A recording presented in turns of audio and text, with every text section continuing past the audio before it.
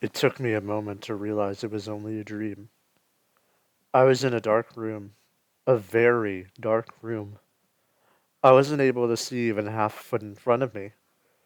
I looked down and saw my arms and legs were bound down by iron constraints, and they were colored these bright, vibrant colors. I struggled against the cold steel until I realized another had my head strapped down as well. I screamed out in a confused yet alarmed scream. I heard it echo as if I was in some kind of a large cavern. I fought against the cold colored steel, but I knew that wasn't going to do anything. Where am I? I screamed out. Then I realized my voice was not my own. The voice that came out instead was Dad's. Who are you people? My dad yelled. This confused me, as I hadn't remembered anything about any people in the dream. I was still trying to comprehend that I wasn't in my own body when an arm reached out of the darkness. The skin on the hand was a pale white, and the sleeve on it was red with these pink heart designs on them. What was alarming was what the arm was holding, a long metal rod with these metal letters at the end. I recognized it as a branding iron. Dripping from the letters was this viscous substance. It resembled some kind of candle wax, but something in my gut told me that's not what it was. It was colorful. I still remember the pattern. It went from blue to red to purple and yellow. The substance was sizzling hot. Steam emitted from it and stung my dad's leg as it dripped down. I remember this tune playing in the background. Have you ever played the first Sims game? Have you ever heard that tune when the robber shows up? Sounded like that, but lower, a very shrill, monotone violin or piano of some kind. Oh God, no, no, no, no, no, no. I'll do whatever you want. Stop, please. My dad begged. The scalding hot iron slowly came closer to my dad's forehead. My dad cried out, struggling and thrashing against his bindings. I felt the heat first once it was inches away from its desired destination. Thankfully, I didn't feel the pain, but the way my dad screamed in indescribable agony told me that it hurt a lot. The skin on his forehead screamed with him in the form of a screeching hiss. I awoke in my bed, groaning.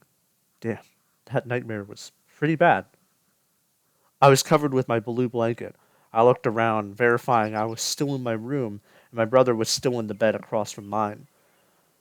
My side of the room was blue, while his was black. My side is decorated with TV show and movie memorabilia, and his decorated with rock bands. I looked at the window in the middle of our two rooms. The window had the glimmer of sunlight coming through from the morning. Looked back to my brother. Augustus, I said. He didn't respond. Said his name louder, and he stirred awake. I'm awake! I'm awake! He said, with his eyes still closed. I knew full well he was still asleep, but he was up at least. I got up, and as soon as we were packed for school, we left. We walked past Dad, passed out in his recliner with a beer bottle on the ground. As I looked at him, my mind went back to the dream I had that I came very close to forgetting once I woke up. You deserve something like that, you prick, I said, under my breath. What did you say? Augustus said, thinking I was talking to him. I shook my head at him as we walked out the front door. The whooshing of the trees greeted us as the sunlight gleamed through them. We lived in the rural town of Maysland, Maine. As you would guess, from Maine, there's a lot of forest. And we live in the outside of town with one other neighbor. So we have woods all over the place. Me and Augustus live with our dad. If you haven't picked up by now, he's not the best person. The only interactions we have with him when he isn't passed out drunk is when he's yelling at us. He was like that ever since Mom died. Everyone who knows him as a drunkard. The only reason we keep his treatment of us as a secret is because the house is in his name. Our neighbor isn't any better than him. Mr. Ralph is a 75-year-old man that lives by himself. He was around during the civil rights movement. He was even there when Ruby Bridges first went to an all-white school as a protester. And he hasn't really changed any opinion since then, so the biggest bigot that's ever bigoted. And right there, you get a bit of the first rule of Maisland, or the only rule. You are either an extremely nice person or the literal scum of the earth. There's really no in between here. Sometimes it just sucks that we have to live with one of the latter. Augustus looked back at me, his matching black hair identical to mine. Think Mr. Ralph has noticed I put a pie for him to step on in his front porch, Benjamin? He said, with a grin. I shook my head. Augustus was always brash and did things before consulting me. You know, you can't just say Ben, and I'm not sure. You should let me know before you do shit like that, I replied. I said that not because I'd stop Augustus, but because I wanted to be in on it. I know, but it's more fun calling you Benjamin, Benjamin, he said with a bigger grin. Fuck yourself, I said, not serious. Augustus just laughed at that. He had a black shirt with tap out on it, with blue jeans and a spiked bracelet. I wore baggy black jeans with a white shirt with blue flames and a skull. Basically, we looked like every edgy, older teenage brother in the early 2000s, and frankly, we liked it that way. As we neared the end of the long road, we overlooked the very large town below. It was a long walk, but I never felt driving my car right in the morning was a good idea. I'm just glad that we finally are done with school forever at the end of the day, Augustus said, as we walked down the seemingly endless suburbia. I nodded. We'd been in high school for so long at this point, I was more than ready to be able to get a house and move out of Dad's house. But we were still just 20 at the end of the day. We were held back a year. I keep telling myself that I'll only have to put up with him for a few more years. Our school was slow, though. We wouldn't get a graduation ceremony until a month after school ended. It's dumb. I know. We passed many small businesses, waving at many people as we were moderately well known in town, and we saw a shirtless Paul in his front lawn, watering the flowers and looking stoned out of his mind. Sup, Paul? Augustus shouted, knowing he might not have heard due to his low attention span. Oh, hey guys, he said with his mismatched eyes. Coming to school today? I asked. Fuck no, man, I'm skipping, he replied. It's typical of him to do that. Paul was skipping school all the time. Yeah? You getting high as shit off a pot again? Augustus said. Paul stuttered and sprayed the hose at Augustus, who laughed and backed just out of reach. Son of a bitch! Don't say it out loud, Paul said out loud. And for your information, I'm volunteering at the soup kitchen again. Now, when I get off, then I absolutely am going to do that. Me and my brother laughed at that. Augustus was always like that. He was the loud and brash one, if you haven't heard me say that before, and I was the quiet and collected one. If we ever had a fight, which was more often than you'd think, he would be the instigator most of the time. We walked past the candy store that this guy Duke owned. Some little kids came out of the woods behind the store and walked in through the front doors. The middle school and high school were on the other side of that patch of woods. The middle school kids would come up behind the woods and go to the candy store during school. I would sometimes see them walk in the woods when nobody's looking and come out with candy bags. We stopped just to watch some of the kids stumble and fall on the bump of the road and continued. Past the candy store and a little ways down, we were in front of Mason's house. Immediately when we got to the front gates, Mason's dog bolted out from the doghouse. She was a Shih Tzu that had super long hair and two pink bows making pigtails on her head. Her name was Princess. She started yapping at us like she had never seen us before in her whole life. Yeah, shut up, you crazy bitch, Augustus said, to which she didn't listen. Despite how much Augustus said he hated Princess and she was the worst dog ever, he'd still try to make friends with her every time. I looked at his house, waiting for Mason's mom to escort him out. Mason had been our friend for as long as I can remember. Our mom and his mom were friends before she died. We were born in the same hospital, in the same room, born via C-section. Additionally, I had a mole on the side of my head, Augustus had two, and Mason had three. I always felt like the story was embellished, but it was all apparently true. So, us and Mason were pretty much bound to each other the moment we were born. Mason's poor single mother had trusted us to watch out for him, which we didn't mind since we loved the fuck out of him, so we were like his personal escort to school every day. The door to their house opened up. Finally, Augustus said under his breath.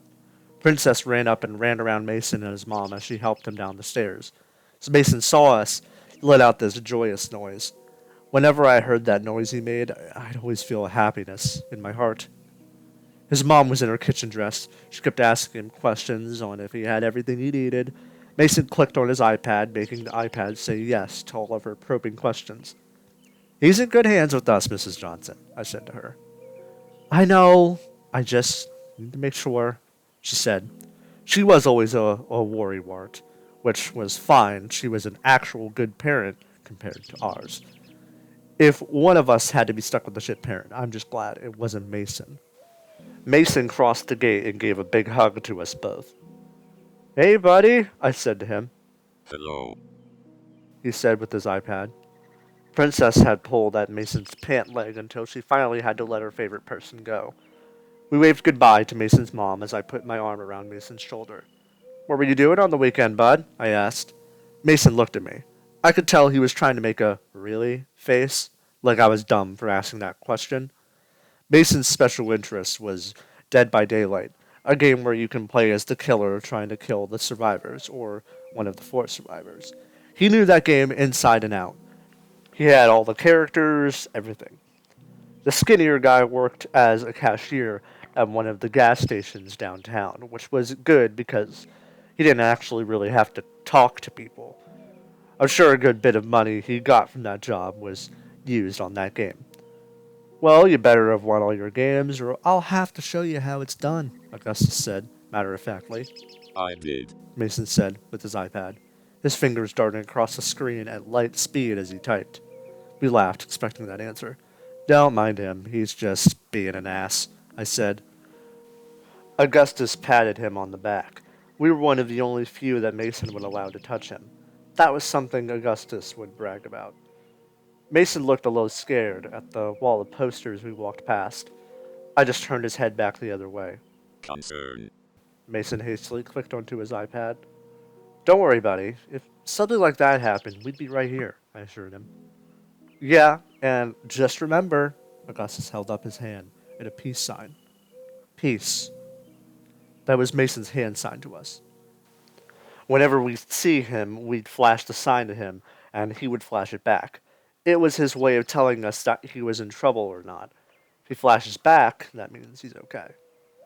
The posters were of many people that had gone missing, back around when we were born in 2003.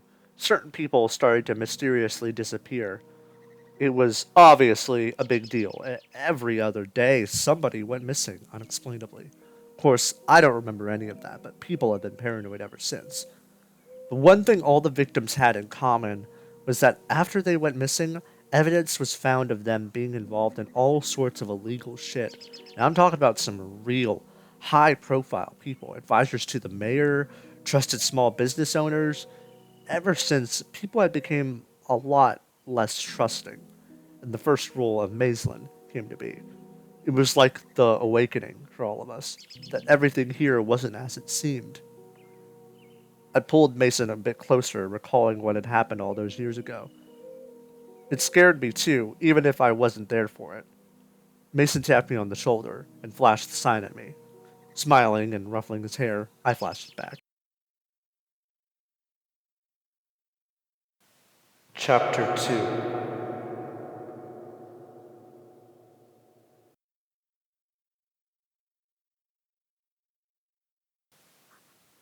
I leaned onto the brick wall of the school. School had ended for the last time for me and Augustus. Ironically, I didn't feel any sense of bittersweetness. I was just happy it was finally over. I stood and waited for Augustus, who would always be late after school. Mason, on the other hand, was late too. That was not normal for him. That was a bit scary. It was unlike him to be late. As I checked the time on my phone and turned around the corner, suddenly a hand came out of nowhere and grabbed my throat. I was pushed against the wall. I dropped my phone and instinctively grabbed at the arm holding me. My eyes shot open and looked at the man in front of me. It It was Dad. He had this horrid snarl on his hungover face. Alcohol was obviously on his breath. "Do you two little shits think this is funny?" he said, some of his messy black hair over his face. "What?" I asked. Still a part of me deep down was scared of him. He pointed at his forehead. "This!" he growled. I didn't even see it until just now.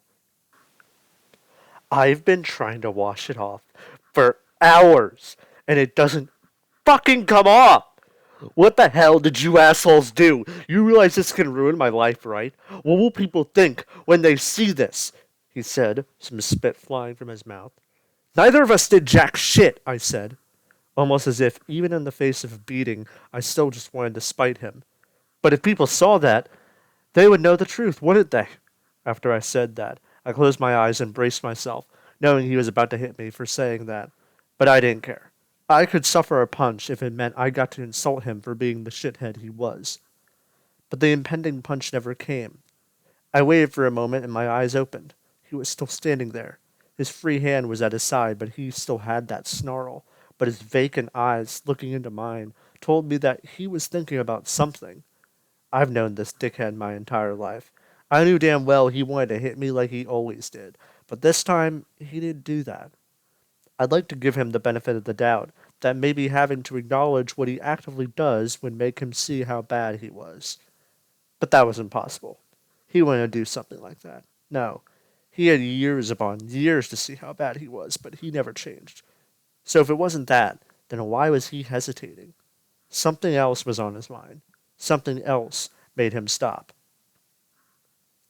He loosened his grip on my neck, and then finally just let go. My eyes shifted to him and then the words on his head. Then he finally huffed and turned and walked away. That was weird. It was very weird. It took me a bit to actually process it.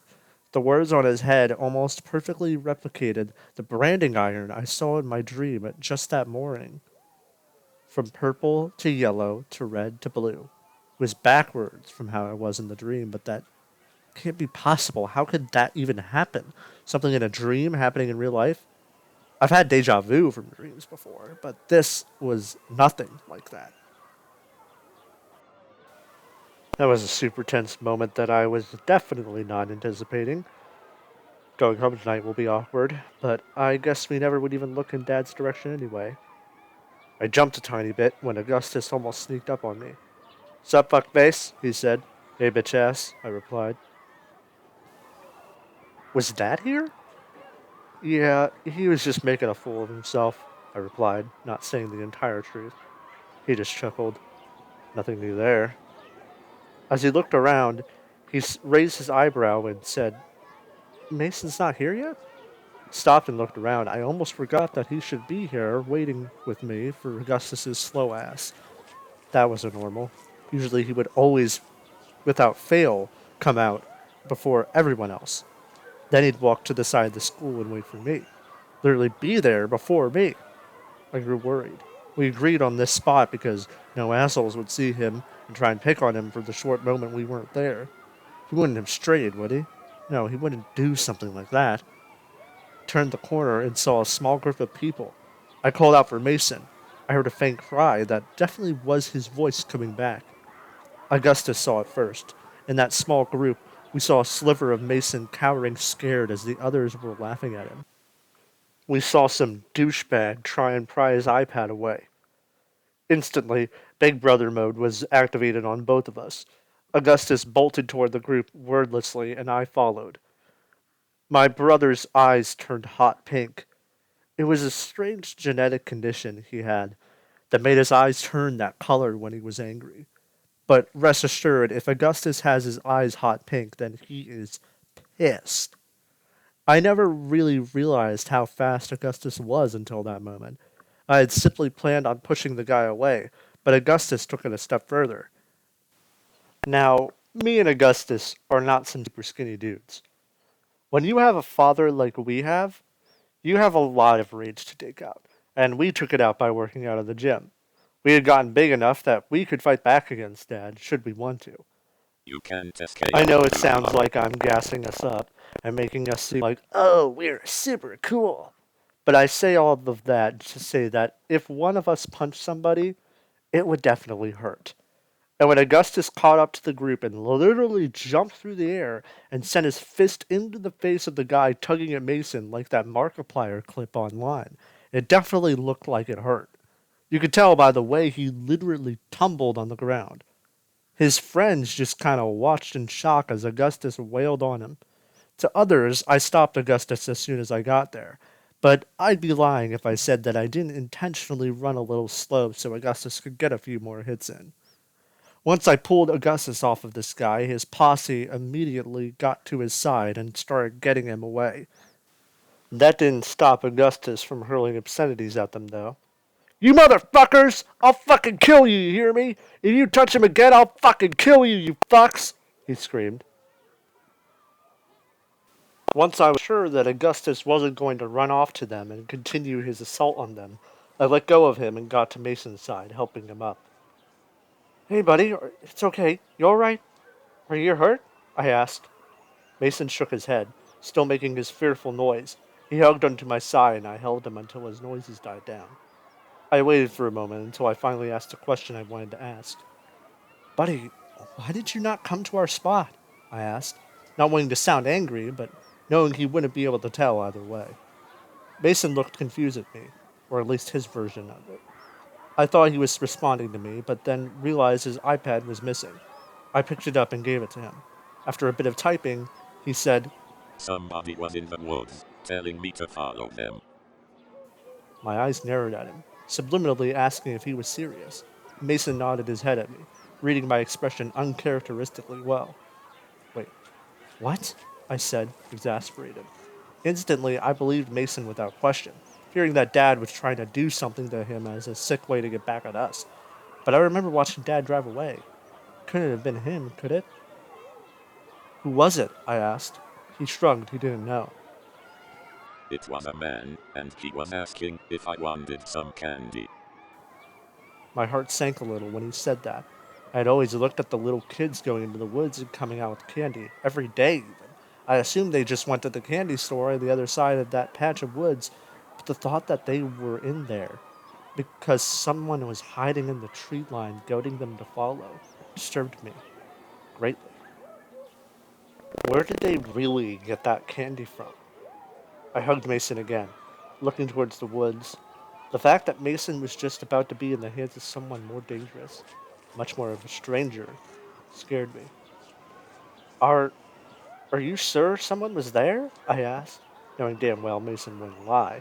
Many people wrongfully assume that Mason is some kind of bumbling idiot that doesn't understand anything, like he's no better than a 2-year-old. But he's nothing like that. If you've seen him play Dead by Daylight, you know for sure that he understands things very well and is anything but an idiot. So he knows what the implications are of this, and knows to not joke about stuff like this, given the town's history. Mason nodded his head again, making a scared noise. He fiddled with his iPad some more, pulling up a video on it. He played it and showed it to me. It was a video of him walking up to the forest. As he did, he stopped halfway. Despite the fact that the sun was shining, he could barely see into the tree line. Sure enough, a faint voice did emerge. Hey, hey, come here. You want some candy? The voice whispered. I recognized the faint voice as a striking resemblance to Duke's voice, the guy who owned the candy shop. Then Mason turned and walked away from the woods, making a scared noise. Damn, he took a video of it. Smart move. I know I shouldn't have doubted Mason. It's shocking to say the least that Duke, the guy that gives half of his earnings to the homeless shelters, is doing something to little kids. My eye twitched in anger at that. After learning that disturbing information, I turned to Augustus, who was still screaming obscenities at the group of bullies in the distance. They probably couldn't even hear his dumbass at this point. I had to call out to him multiple times for him to register that I was there. When I told him what Mason said happened, he had much the same reaction as me, except that didn't clear his anger up. I'll go beat that motherfucker up right now, he said, which earned him a slap from me. Don't be stupid. You can't just go and do that, I told him. That seemed to snap him out of his stupor. His hot pink eyes turned back to their regular color. Yeah, sorry. he apologized.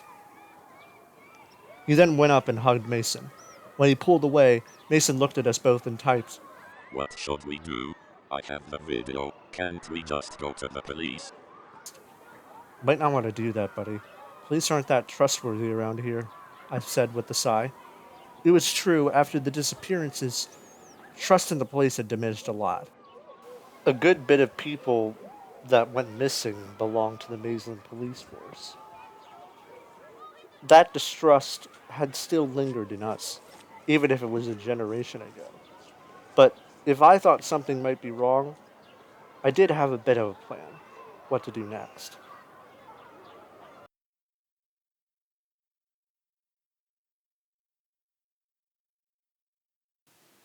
Chapter 3.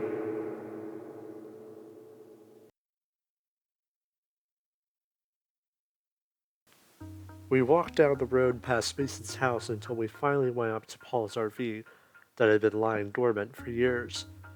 He had been living in it ever since his parents kicked him out. As we approached, we could all too clearly hear the sound of Ride With Me by Nelly playing from inside. It was accompanied by the sounds of gunshots from Overwatch and Paul's wheezing laugh.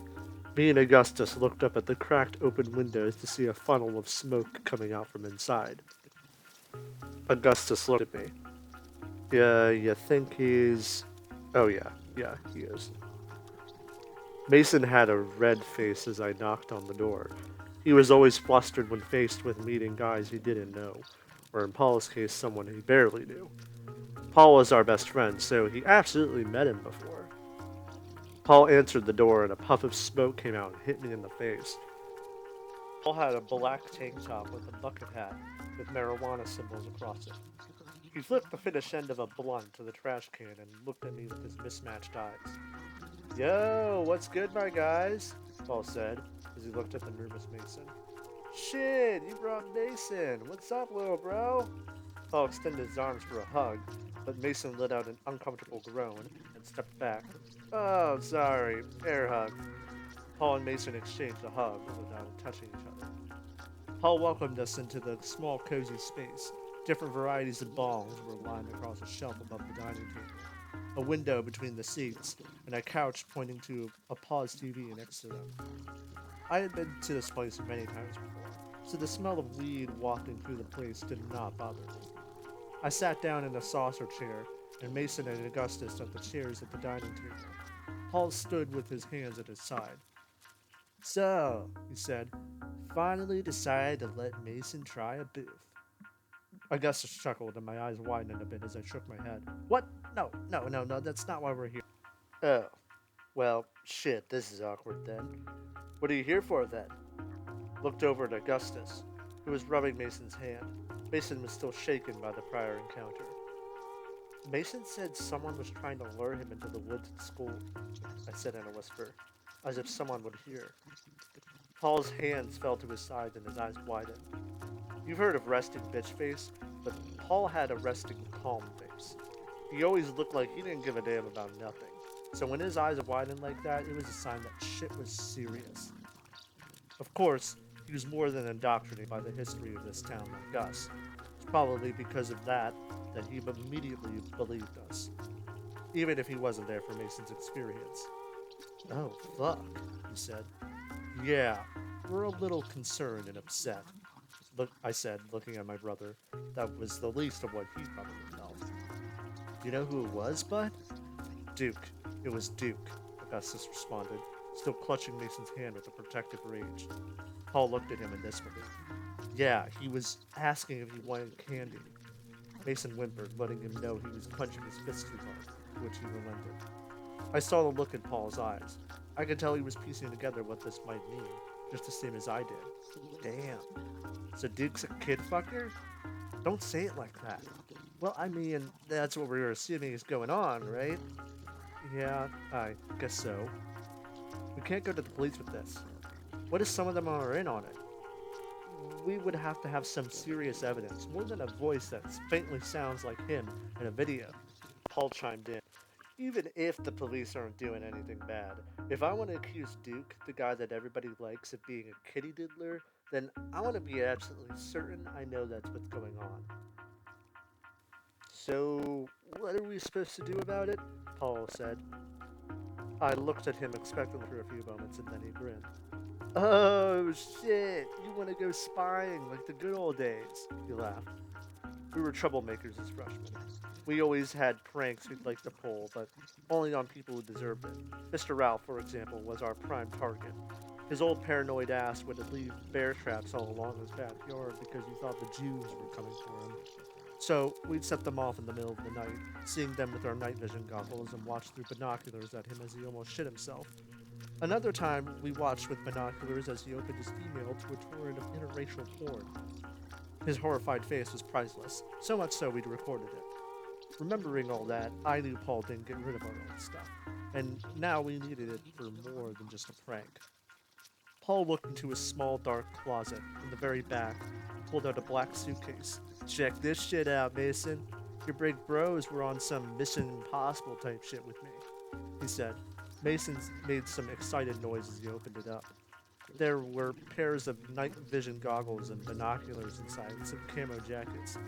Augustus smiled looking at his and holding it up, knowing it was his, from the dick drawn on it. Seemed to stifle his anger upon seeing it. He wrapped his jacket around the excited Mason. Look at that! You look good in that fit, man, Augustus said to him. Mason made an excited noise. Fuck. I love that guy. If it turns out somebody did try and do something like that to him, then I might become like Augustus did back at the school. Despite that wholesome moment, though, I was still scared of what we might find out when we go into those woods by the school. I was hoping we were just paranoid. I was hoping it would all just be a misunderstanding. But I should never underestimate how fucked the people in this town can end up being.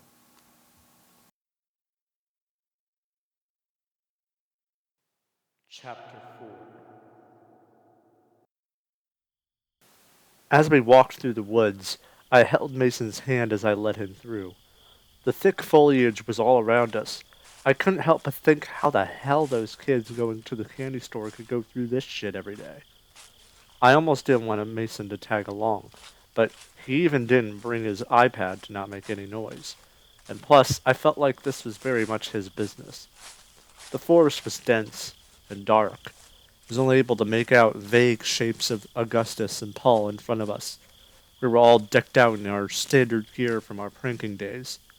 Mason was so excited before, but now with it just being us four in these dark woods, he looked much more scared. Mason was deathly scared of the woods at night.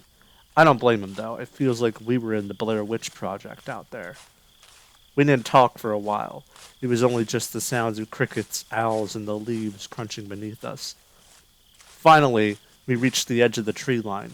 Clearly, I could see the back of the candy store, the dumpster out back, and the big fluorescent lights from the front of the store gave way to the darkness. We crouched down and laid on our stomachs as we looked out using our binoculars. We were side by side. It was Paul, Augustus, me, then Mason. I can't see anything, Augustus complained. After I opened the caps of the goggles, he just chuckled and said, Oh, Paul looked at me, concerned. You think you'll even come out this late? He asked. In the end, I wasn't sure, but he had to have closed the shop at some point in the dead of night. We all hunkered down even further when we heard the doors open. The fluorescent lights shining sent his shadow cascading onto the blacktop, carrying a large trash bag over his shoulder. We watched Duke walk up to the dumpster. Mason jumped at the loud noise of Duke chucking the trash bag into it. I looked at him to check that he was all right, and when I looked back, Duke had already walked back into the store. Well, that didn't fucking prove anything, Augustus said. Think we should check it out? Paul said. What, like dumpster diving? Absolutely not, I said. Augustus looked over at me. Well, what else do you think we can do, Benjamin? We aren't going to find out anything by just watching him throw out trash. I was silent for a while. In that time, I took in our surroundings a little bit more.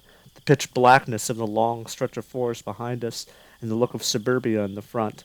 Suddenly, it felt like a way better idea to not be in the dark, creepy as fuck woods. But then, I felt an arm grab my bicep and clench. I looked at Mason, who clutched onto me harder than usual. He let out a quiet, uncertain murmur as he pointed ahead of us. As I looked back at the dumpster, my head hunkered down once again. Instantly, I saw the figure of somebody that was definitely not Duke walk up to the dumpster. I couldn't quite tell what I was looking at. It was a person. That I'm certain of. They were just very short.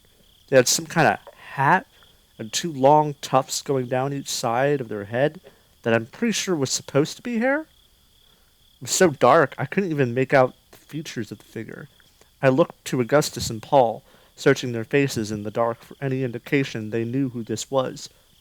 I even searched my own memory, searching for somebody I knew that was that short and had hair that long, but I came up short. Who the fuck is that? Paul whispered, voicing the same concern I had. The figure walked up to the trash and hopped up. Grabbing onto the ledge, it reached in and started digging into the garbage. Is this a homeless person? We don't have homeless people in this town, though. Gustus let out a slight laugh of disbelief. What the fuck are we looking at? The figure reached in and ripped through the trash bag, pulling out a bunch of candy wrappers as they fell to the blacktop. The legs hanging from the trash can kicked wildly, trying to pull itself further in. I reached into my pocket, pulling out the camera we brought with us.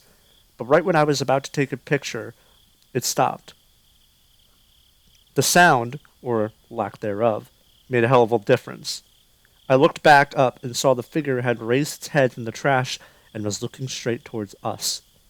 I almost dropped the camera as my hands had frozen in fear. Run! Go! I screamed. I grabbed Mason's arm in a death grip, and I booked it. The sound of Paul and Augustus running behind accompanied us, or at least that's what I hoped it was. We ran and ran until our legs gave out. I looked behind us to make sure nothing was following us. All of us were gasping for air. I leaned and sat down next to a tree. Mason crawled up next to me and leaned onto my shoulder. Augustus and Paul sat across from us. We were silent for a while, just panting in the dark. Augustus piped up. So, what the fuck? He said, shrugging. I wasn't sure why he asked me that. I had no better explanation than he did. I don't know, man. Did anybody have eyes on what they even looked like? He looked to Paul, who shrugged. Looked like they had a wig or some shit. One thing was for sure, our culprit didn't seem to be Duke, but I'm sure I didn't need to say that. Yo, did we just run from a midget? Paul realized. Not this time, Paul. Augustus looked around as he stood up. Where are we right now? As I looked around for the regular landmarks, I realized I didn't know where we were. We were so focused on running, we didn't realize we were gone from the path. I mouthed out the word fuck. I had no clue how far we had strayed from the path. Now we were lost in the dark-ass woods. Mason looked concerned, and I consoled him. It's all right, buddy. Everything's all right, I emptily assured him. He turned around and whimpered again like he heard something. Then we heard it too. Footsteps crunching on leaves, approaching us. My legs ached, but I prepared to run even farther now that I knew we were being followed, but Augustus stopped me from getting up. He was taking charge for once. He pointed at a nearby patch of bushes, and without a word, I pushed Mason inside and pushed myself in with him. We all waited there in the bushes, my heart pounding in my ears. The footsteps grew closer and closer until a figure stumbled out. I fished the night vision goggles from my back pocket as the noise was masked by the guy scrambling unlike before. When I put them on, the green vision showed me who this was. It was a bald man in his 30s with an orange jumpsuit. The words Maysland Township Prison was scribed on his breast pocket. My eyes widened as I recognized it. The fuck is happening tonight? Is there some kind of jailbreak? I was so confused. Where did this guy come from? Plus, this is definitely not the person we saw at the dumpster. The guy fell over a tree branch and cried out to someone or something. Mason covered his ears as the man bellowed out. He wasn't even watching anymore. Please stop! Stop! I did my time! I did everything! Just leave me alone! He tried to get back up, but stumbled as another figure walked to view. Just from the silhouette, I knew it was from the person from before at the dumpster. Although I think thing would be a more apt description than person. I almost thought my eyes were failing me. I can't describe the feeling you get when you see something that clearly isn't human. Some sort of uncanny valley effect.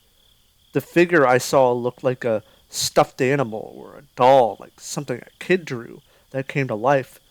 What I could tell is that it was a clown.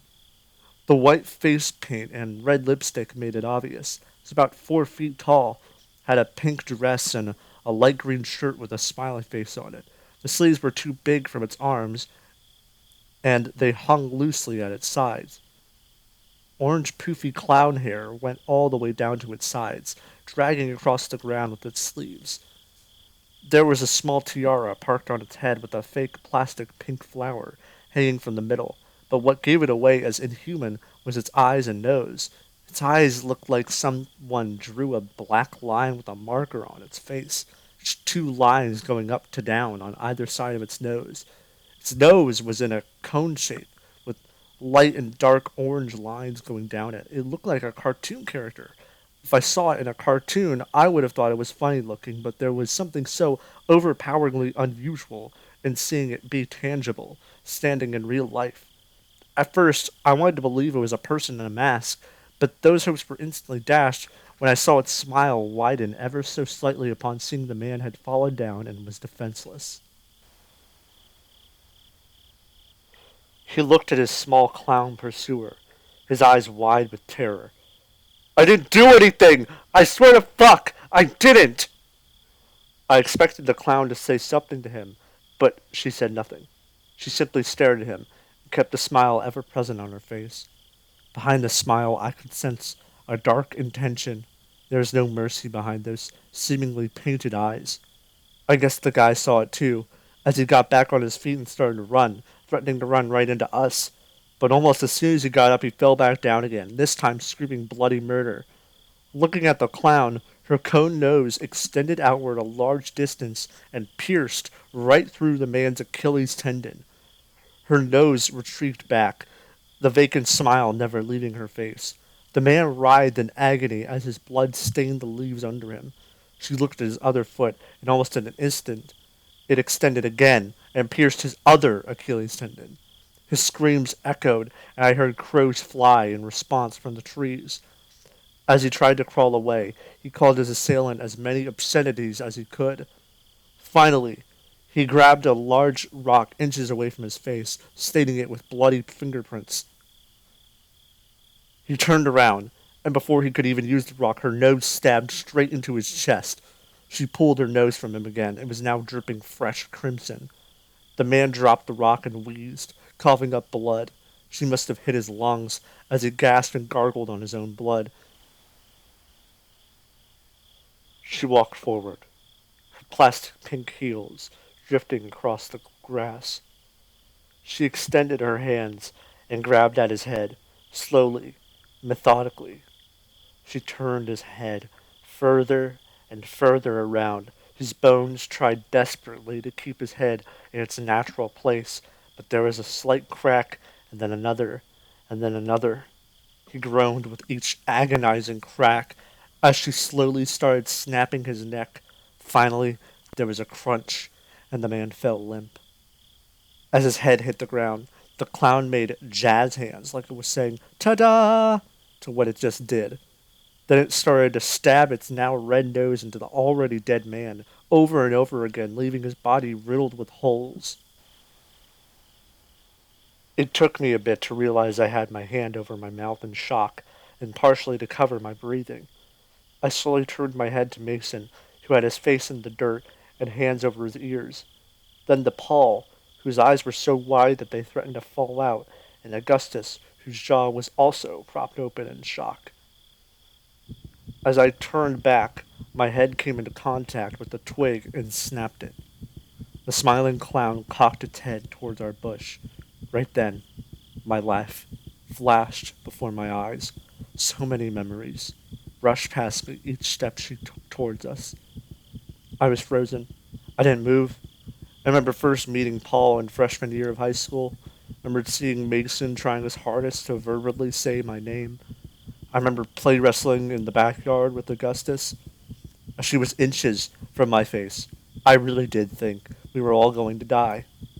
But surprisingly, Mason jumped out of his hiding spot with a large, sturdy-looking piece of wood. He let out a loud cry and brought it down on the clown's head, rainbow blood spurting from its mouth as it fell back, lifeless. A large bruise was left on its head. Slowly, we emerged from our hiding spot. Paul had his hands on his head. Augustus looked at me and then back down. I had a hard time trying to find out what I was more shocked by, the real dead body in front of us or the body of some clown-like thing next to it. Mason came back with a large rock and slammed it into the clown's head. Its head burst like a water balloon filled with different colors of neon paint. Jesus! I jumped. I was about to ask Mason what the fuck he thought he was doing, but I realized he probably had the right idea. All that Dead by Daylight might have actually teached him a thing or two. Accepting it, I flashed him the sign. He did it back, hesitantly. After that initial shock wore off, I knelt down and just stared dumbfounded at this thing in front of us. What is it? Augustus said. It looks like a clown. Well, no fucking shit, Benjamin. It looks like a clown, but what the fuck is it? How am I supposed to know? Paul got in between us. Okay, just chill the hell out, you two. Mason was making a frustrated noise, seemingly angered that his iPad wasn't with him, so he couldn't speak to us. Forgetting about Augustus, or the two corpses, I grabbed Mason's shoulders. It's okay, buddy. Just calm down. Sign what you have to say. Mason wasn't good at sign language, but he and I understood enough to communicate without iPad assistance. Mason thought for a moment about what he wanted to say and started to sign. I think he's asking if this thing is what caused the incident years ago. Augustus opened his mouth like he was about to object to that idea, but it did make sense.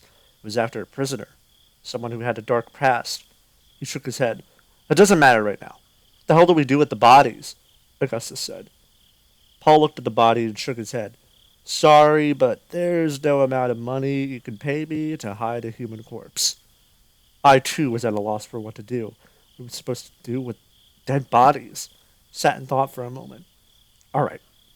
The guy isn't our problem. We didn't do anything to him. That thing killed him. We had nothing to do with it. Let's just leave him. I looked at the clown. This is a problem, though. That rock has Mason's fingerprints on it. I scoffed, purely because I didn't think I'd have to cover up a death before. But if it was for Mason, I was definitely prepared to do anything. Mason stared at the rock. It's all right, buddy. You did what you had to, Augustus said. We all just looked down at this small clown creature. We were still having our heads racked about what just went down. We tried to reassure Mason, but truthfully, we were all very uncertain about what happened, and what may happen because of it.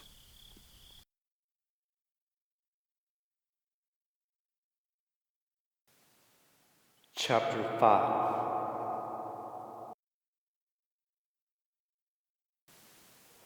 I sat in the passenger seat of my car. It was Augustus's turn to drive now. I looked into the back seat at Mason. He was conked out, the sun beaming on his face. That would be a comforting sight if there wasn't a rock painted with dead clown blood and a tarp in the back seat. My mind was still stuck on it. What else could I think about? The hell have we gotten ourselves into? We were going towards the bridge outside of town so we could throw the rock off. This was still all so insane to me. I slowly leaned back in my seat as the buildings and trees flew by. I looked at the trees and kept my focus on them, and finally I closed my eyes and slowly drifted off. I was in someone else's body again. I was running through the forest, a shining flashlight in my hands. I crunched through the leaves with ragged breaths that I realized was not my own. I looked behind myself and saw Mr. Ralph's house. Looking down at my hands again, I realized that I was Mr. Ralph. He continued to run out of the forest from his house, horrified breaths with each step. Being 75 years old, though, he didn't run long until he was out of breath. He was on his knees. Felt like he was about to throw up. Probably never ran this fast before. What was he running from? Deep down, I think I knew what it was. In the darkness of the forest, something echoed out, a squeak in the distance. Mr. Ralph flinched. It was like a squeak from a rubber duck, another squeak, then another, until there was a rapid set of squeaks running extremely fast towards him, the sound of the leaves crunching with each one. Mr. Ralph almost fell over himself trying to get away until there was a loud screeching snap and something clamped down on his leg. He screamed in agony as he looked down to see one of the bear traps he sat around his house clamped on his leg. But it was different from the others. It had multiple colors on it. It looked like one of those Fisher-Price toys turned into a bear trap. I felt as if it was a cruel joke. Mr. Ralph was a crazy, bigoted shithead, and actually thought those bear traps would stop anything. He believed that with his whole heart, probably. So, his assailant depicting those traps as some kind of toy seemed to be a jab at him himself, trying to show him just how futile they were. But this one, no matter how much of a toy it looked like, was dangerous. The fact that Mr. Ralph's ankle was completely cracked in a different direction was proof of that. He hyperventilated and screamed for help with his aged voice. But the only neighbor he had was our dad, who was much too drunk all the time to notice anything was wrong. His eyes followed the colored chain attached to the bear trap. It went down into the darkness, but his eyes stopped at the flashlight he dropped. The flashlight's beam was pointing into the darkness, sending the shadow of his assailant cascading onto the trees. What I could make out from the figure was that it had a birthday hat, clown hair, extremely long arms and fingers. Knowing its shadow was the only thing Mr. Ralph could see, the thing brought its arm up and slowly wagged its freakishly long finger from side to side. As its hand went back down, the chain attached to the bear trap slowly clanged as it went taut. Slowly it was pulled harder and harder. Mr. Ralph bit into his lip until it bled and banged his fist on the ground. His ankle cracked and snapped, the claws of the trap dragging down his leg, slicing into him further, until finally with a hard pull Mr. Ralph's leg came free and the trap sliced it right off. Mr. Ralph let out a deafening scream of horrific pain, but now, as he was freed, he started to crawl for his life until the pointed shoe, with a bell on it, stepped in front of him. He looked up, not able to see the face of his new attacker. It was wearing some kind of jester's outfit. That's what I could make out from its figure. It raised some kind of staff with a club from playing cards at the end, and then brought it down on Mr. Ralph's head. I jolted awake. At the very least, that was a restful sleep. In the end, By Lincoln Park was playing on the stereo. I looked to Augustus, who was still driving. "Wakey, wakey, sleeping beauty," he said. Yeah, fuck off.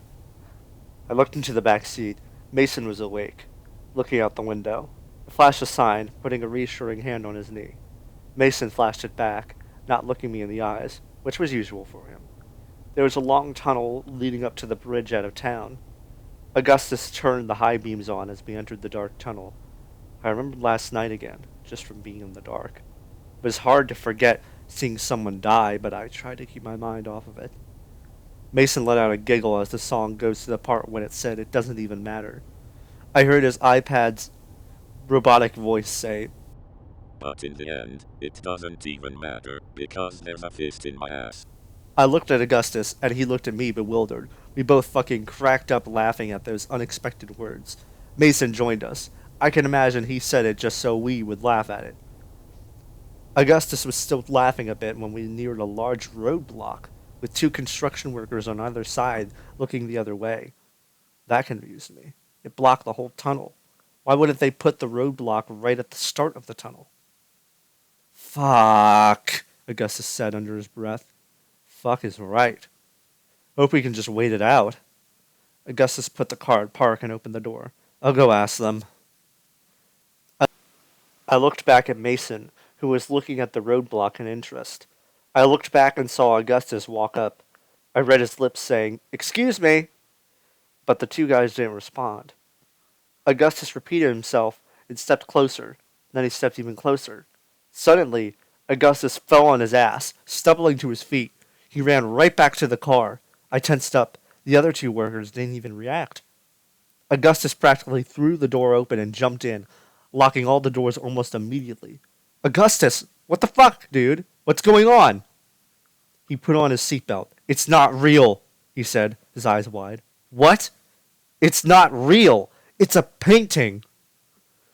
My eyebrows furrowed, and I turned and looked at the roadblock and leaned in, squinting my eyes.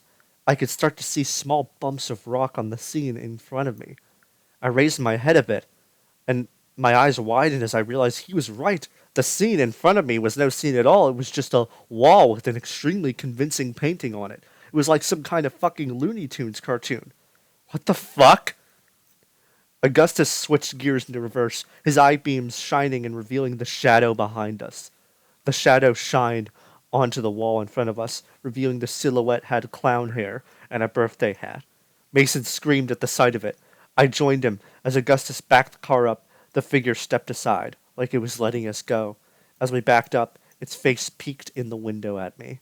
It had beady eyes and a big clown nose, red lipstick and buck teeth. It stared into the car at me, cloaked in shadow. Mason whimpered as he saw it too. Augustus turned a bit more, put the car in drive, and hightailed it back to town. I immediately took out my phone, my heart still hammering in my chest. I was just about to call Paul, but the phone showed he was calling me instead. I answered. Paul sounded distraught.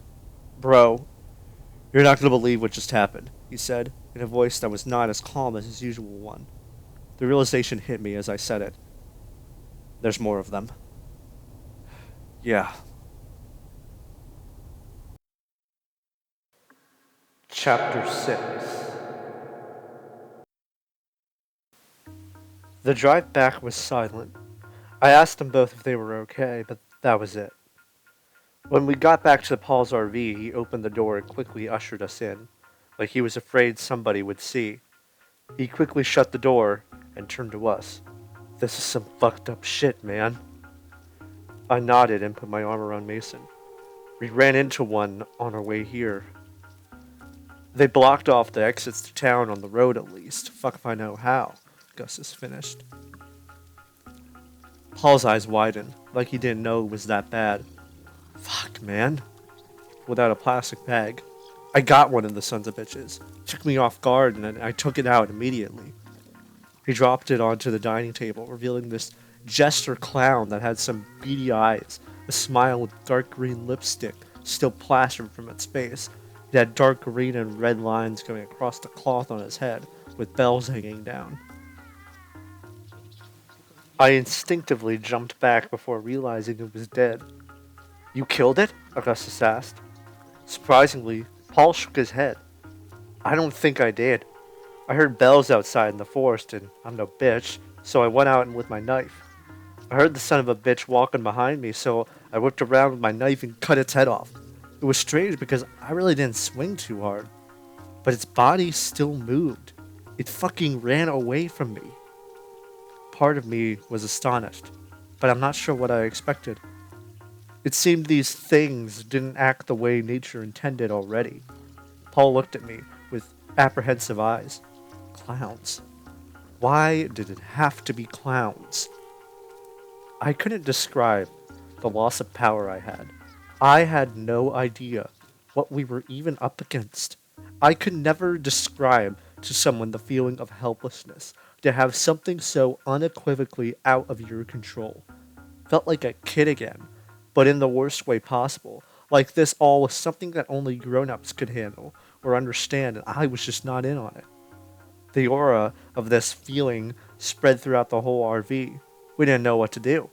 And that horrible feeling was present in that RV.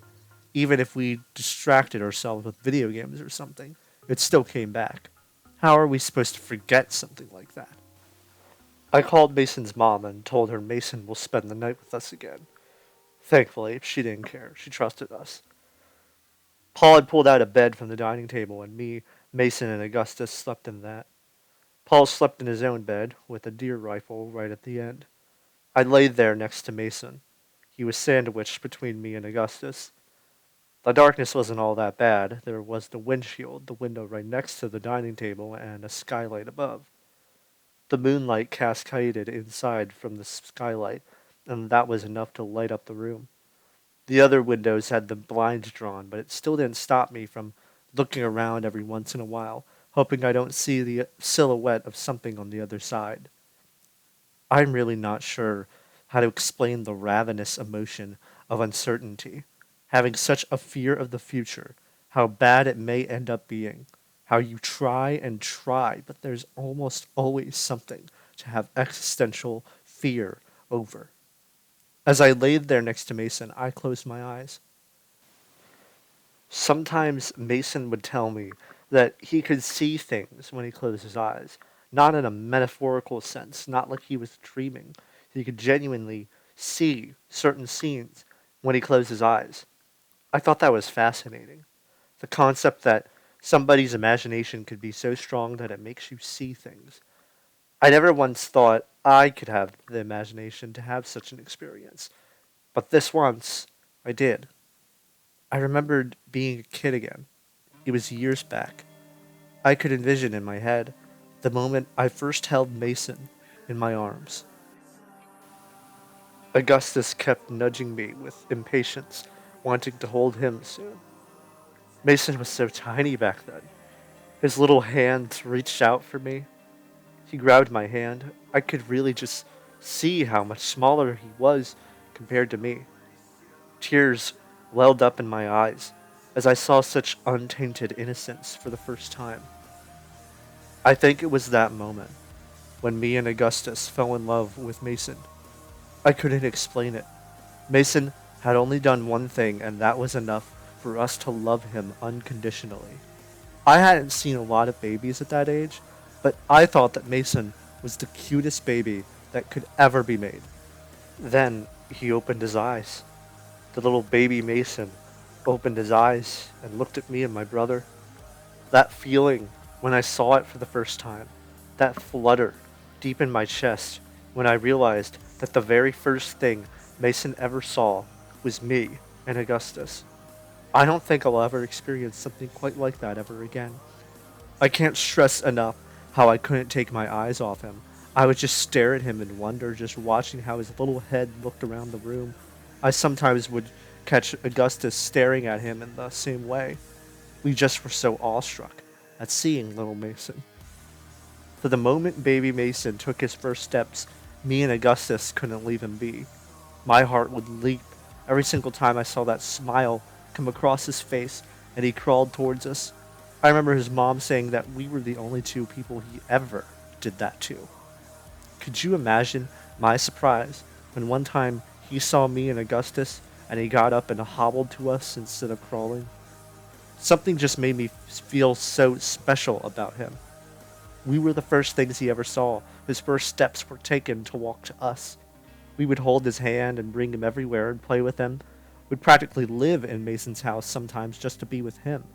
Still think it's funny how when his mom changed his diapers, me and Augustus would stand and wait for it to be done so we could get our baby brother back. Mason wasn't our brother. He wasn't related to us, but it was almost like he should be now. He was our brother now. I remember Dad, back when he wasn't a piece of shit, asking if I wanted kids one day. I said no, and he asked why.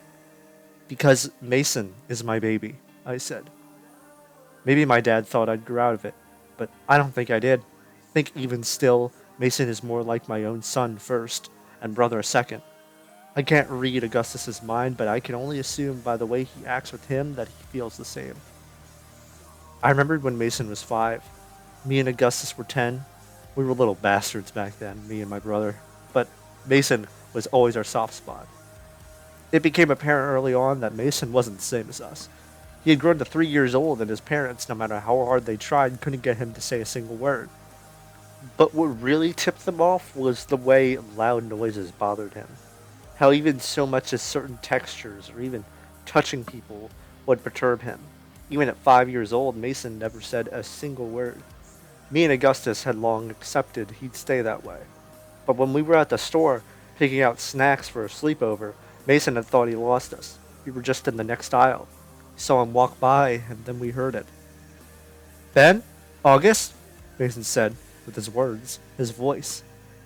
I still can clearly see the wide-eyed look on Augustus's face when we heard him call out to us. I felt that flutter again. The one I felt long ago when I first held Mason, just knowing that his first words weren't mom or dad. No, our names were his first words. I wonder if I'd react any differently had I known that would be the last time I'd ever hear Mason speak again. That I'd never again hear the sound of his voice. I don't think so, though. I think that was all he needed to say. I never really knew why Mason didn't speak, whether it was intentional or it was just too difficult for him to do it somehow, but Mason didn't need to speak. He didn't need his words. I loved him to death, all the same. Now we're here, with our well-being possibly in jeopardy. All those memories, all the ones I've yet to make. What if it all stops? What if that happens and there's nothing I could do to stop it? I opened my eyes again, realizing I had my head burrowed into Mason's neck. I had pulled him from Augustus and was tightly hugging him. Augustus was knocked out asleep. I had pulled Mason from him without realizing. Whenever Mason slept with us, Augustus would have this unbreakable grip on him when he slept, almost like in his sleep he didn't want Mason to go anywhere. I never thought I could break that grip, but it seemed just now, with the thought of losing Mason, I had broken it without realizing. I didn't move, not even to look at the windows anymore. I love you. Both of you, I whispered. Why are you saying that like we were going to die? Augustus said. I jumped for a moment. I had no idea Augustus was even still awake. I'm just scared, I whispered, looking at Mason, hoping he didn't hear me say that. Augustus was silent for a moment. I think he was going to try to argue why I shouldn't be scared. I am too, he finally admitted. Fuck do you think these things are? No idea. It's hard to think that they were here all along. I mean, they must have been here and did, you know. Augustus rolled his eyes. When a bunch of people died. We're all familiar, bro. You don't have to be hush-hush about it. Hey, fuck you, man. Mason turned and looked at me. He was awake too. I jumped again. Fucking hell, Mason. Mason signed sorry. He then gestured to his iPad, which was charging at the end of the bed, which Augustus gave to him. What if somebody survived? He asked. I looked perplexed at him. We can't be the only ones that saw them. It seemed impossible to me that somebody had also been through those events, saw the perpetrators, maybe even encountered them, and lived to tell the tale. It was something that neither me or Augustus even considered throughout the years, but truly, it really did just not make sense that truly nobody knew what we were going through. Someone else had to know. Someone had to have seen it. Mason was right. I guess as children, we just blindly accepted that nobody saw the criminals when we first heard the tale. But now as adults, we should know that it isn't likely. Somebody, even if it's one person, has to know. Chapter 7. Somebody has to know. Those words were etched into my mind. We can't be the only ones. Paul had taken us out to breakfast. It was nice of him, but I was searching tirelessly on my phone for any known survivors of the incident the whole time. I searched up mass murder in Maitland, Maine, and there was no results. Odd, I thought. Nobody thought to record it. It didn't make sense. It was so huge in our town when it happened. Part of me wanted to think government cover-up, but that didn't seem likely. Why would the government try to cover up something that's terrorizing and killing people? Unless they don't care because it's criminals that are targeted. Those thoughts were dashed when I looked at the town Wikipedia page. There was a small paragraph talking about it. Sighed in relief. Thank God somebody was talking about it. I looked for a list of victims, but there was none. Gotta be fucking kidding. I typed serial killer in Maitland, Maine, and got even less results. I sighed as I scrolled hopelessly for something to pass by, and then I saw a chat post on the Wayback Machine. A super old Reddit post on some long-lost subreddit. Does anyone remember the Maitland murders?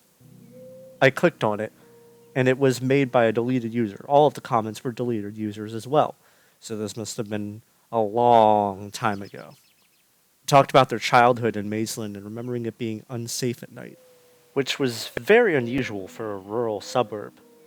Then they learned about the disappearances and started asking about it. There was one person who talked to someone named David Morrison, who was one of the few who had survived an attack, but outside of that, no mention was made of anyone who might have survived. I was skeptical still. This person was named once by a random guy on the internet, so it wasn't far fetched for it to be just some random made up thing. I smiled so much that Augustus was probably creeped out by it, but we had a name. One quick stop at the white pages, and then I had David Morrison's number. I put the phone back down at this point, happy with what I found. Looking back up, Mason was across from me eating eggs and bacon. I just stared at him for a moment with a smile. Sometimes I just do that, still having that knowledge in my head that me and Augustus were the first things he ever saw. But there was more than that this time. Looking for somebody who survived seemed so quick and easy that I didn't even think to do it, even after all that time. It almost made sense that Mason, the one that lived outside the bounds of normality, would be the one who would thought to do it. Found myself appreciating him a bit more than the immense amount I already had. I looked over to Paul, who started talking. Nobody saw anything last night? Paul said. Me and my brother shook our heads. Thank God. Not gonna lie, I was super high after I iced that jester-looking thing to get my mind off it. Probably not the best decision now that I think about it. Mason giggled at that. Paul smiled at him like he was saying that just to make him laugh. Paul had this look of fondness in his eye. Paul and Mason didn't know each other well before this, but it seemed there was care in his eyes when he looked at Mason now. Why are you looking at him like you want to fuck him? Augustus said boldly. I almost spit out my drink, and Paul looked at him with his eyebrow raised. What? No, what the fuck's on your mind, bro? I'm just saying, you're giving him the same look your mom gives me every night, Augustus said as he leaned back with his hand behind his head. Hey, fuck you, man. You get slammed in the 1v1s on COD every night. You're just jealous. Paul rolled his eyes. Paul and Augustus began to argue. Mason's laughing died down. I looked at him and he looked at me. You okay? I mouthed out. He nodded. Mason seemed very calm about this whole thing since last night. Felt like deep down I may have just been asking him because I was the scared one this time around. Me and Augustus arrived at Mason's house not too long after breakfast. Mason and Paul tagged along. Obviously, we all didn't want to be alone after what we experienced. Princess greeted us at the door, but this time around she didn't bark at either of us. She looked at me and Augustus as we walked by her, almost as if she knew something was wrong. As I opened the door, I half expected a demented clown to be standing down at the end of the hall, but nothing was in sight. All I heard was Mason's mom watching her true crime shows. She looked down the hall and smiled and waved. She was such a kind woman. She seemed happy her son was home, along with a few guests. Paul knelt down to Princess outside, trying to pet her. Jesus, this is the girliest dog I've ever seen. One of those rat dogs you see in the dog shows on Thanksgiving. Paul reached out his hand and Princess sniffed it. She then looked away from him and ran towards Mason like he wasn't even there. No doubt the lingering smell of marijuana on him put her off. Well, fine, fuck you too, bitch, Paul said under his breath. Princess happily yipped as she wanted upsies from Mason. Mason pulled her up into his arms, and she started sniffing and licking him. Mason giggled. I was almost a bit jealous. I probably couldn't even dream of having Princess act that way towards me. Princess then jumped down and ran back outside to guard her house. Trust you all were safe around Mason, Mason's mom asked as she pulled some lemonade she made from the refrigerator, which was adorned by pictures of baby Mason and her and Mason now. Of course, I said. I noticed out of the corner of my eyes that Augustus nudged Paul, who quickly got the idea and hid the bucket hat with marijuana symbols behind his back. What brings you all here? She asked. Wanted to celebrate graduation with Mason, although me and Augustus need to do something in private. I looked to Augustus as I ushered him into the guest bedroom, not giving Mason's mom a moment to ask why. The bedroom was clean from months of no use, smooth white floorboards and this rosy headboard on the bed. I sat Augustus down and explained what I found. Augustus immediately looked skeptical. So, you got the name of a guy on the lost Reddit post and got his number. Are you sure we can even trust that? I shrugged. In truth, I didn't think about the reliance that this number belonged to someone that truly knew about our predicament. It's the best we got right now, I said, in defense. I dialed the number, anticipation seeping into my veins. My eyes glided towards Augustus, who in turn stared back at me. It was silent for a while, just the sound of the phone ringing. Just when I thought to hang up, because I thought nobody would ever pick up the phone, The ringing stopped. Someone had picked up. My heart leapt once I processed it.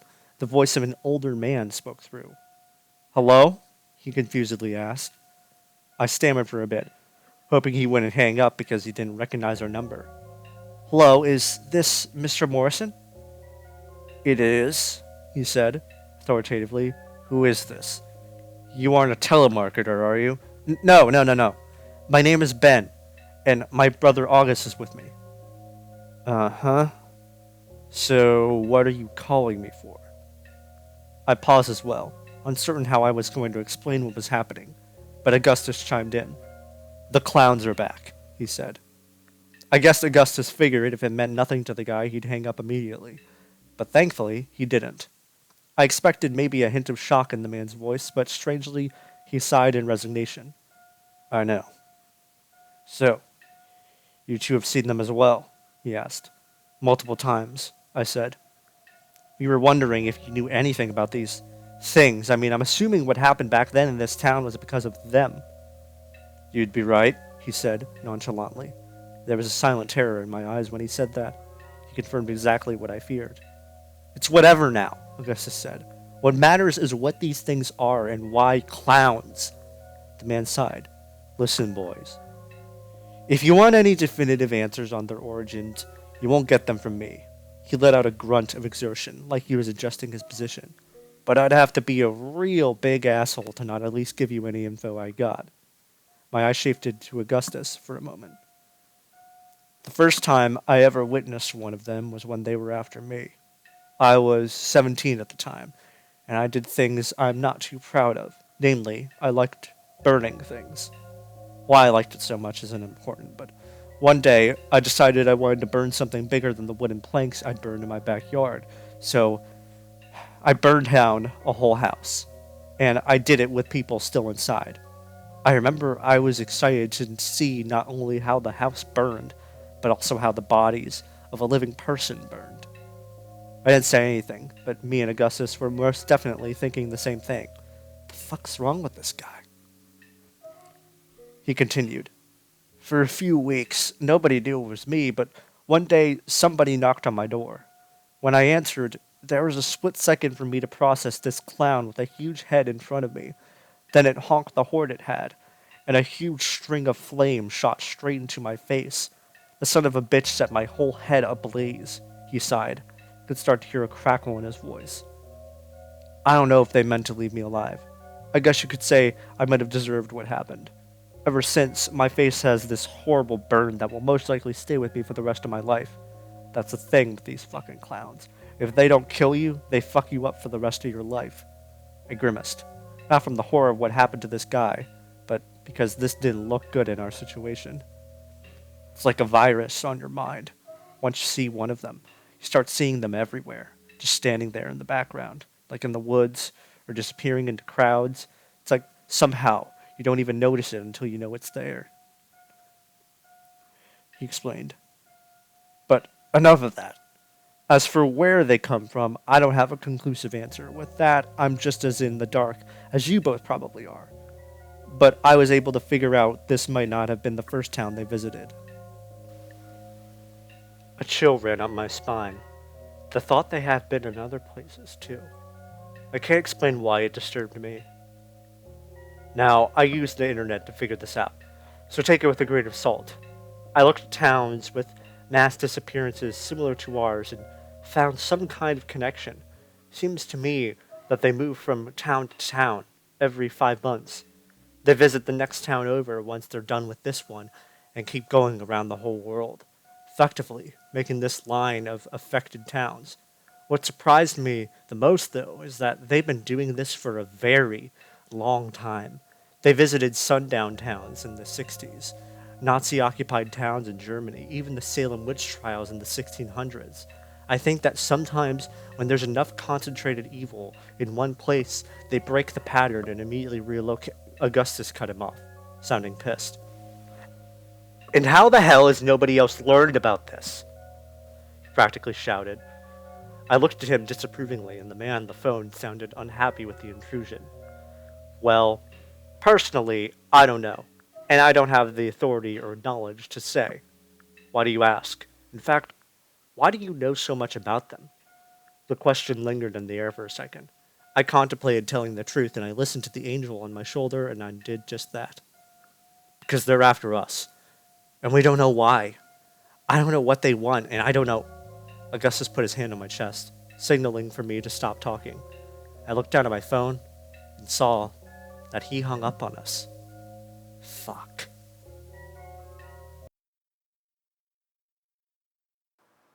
Chapter 8.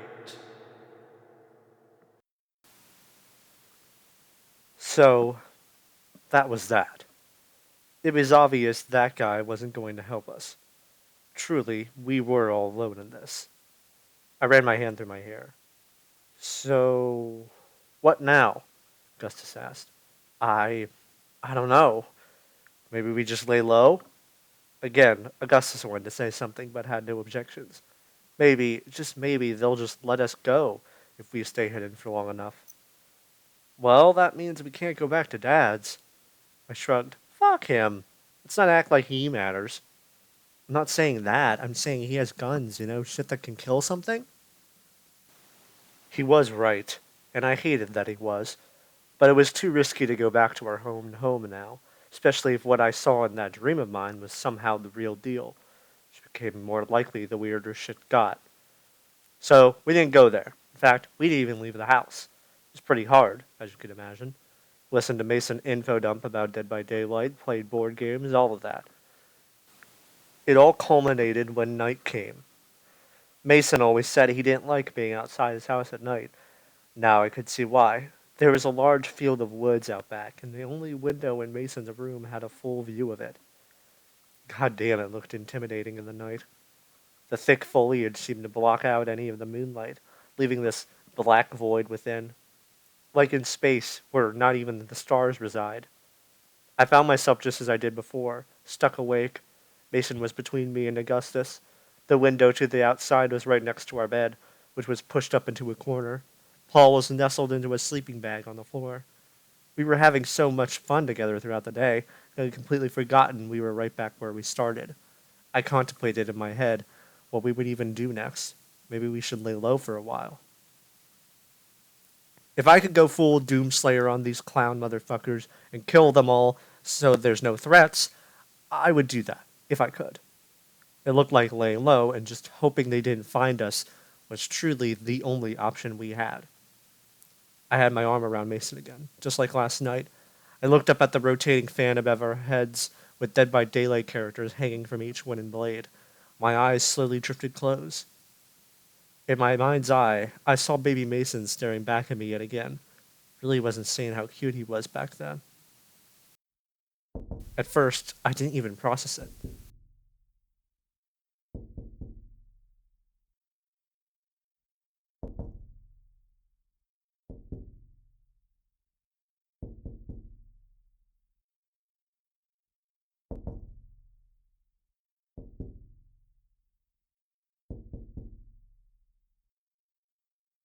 It was the sound of tapping on glass. My heart rate went through the roof. I broke out in a cold sweat as I kept my eyes shut. I didn't want to see what I knew I was going to see. I didn't want whatever it was that was looking right at me to know I was awake. It tapped more on the window, and I swear to God I thought I heard a chuckle escape from behind the glass. Swallowing as hard as I could, I peeked my eyes open, hoping it didn't see them open. I saw a white three-fingered hand tapping on the glass. My heart dropped, even though I knew something would be there anyway. I thought about screaming, but I simply just stared at the hand for a while. The glass made a squeaking noise as the hand trailed agonizingly slow down window. It grabbed the bottom of the window and pulled up.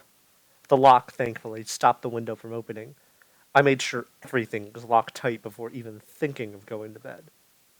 Defeated, the hand fell down to the grass.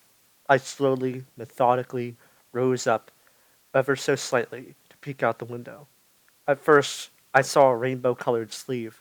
My eyes scanned up the arm to look at the owner. But my eyes kept scanning. It was long. The arm was so long. I realized all I was seeing was just one long arm reaching out from the dense forest, stretching across the backyard and tapping on the glass. Like a snake, the arm retracted and slithered back into the woods. At first, I wanted to scream like a little kid again, but rationality took over before I did that. I just put my face in my hands and reassured myself. Everything's locked. They can't get in. Everyone's inside. Everyone's safe. I froze a little as a realization washed over me. Everyone's inside, except Princess. Instantly, I slipped out of bed. Mason absolutely loved that dog. He'd be crushed if something happened to her. Plus, I am not going to live the rest of my life knowing I'm responsible for dog death. Looking at the others for a moment, I didn't want to wake them. They were safe in here.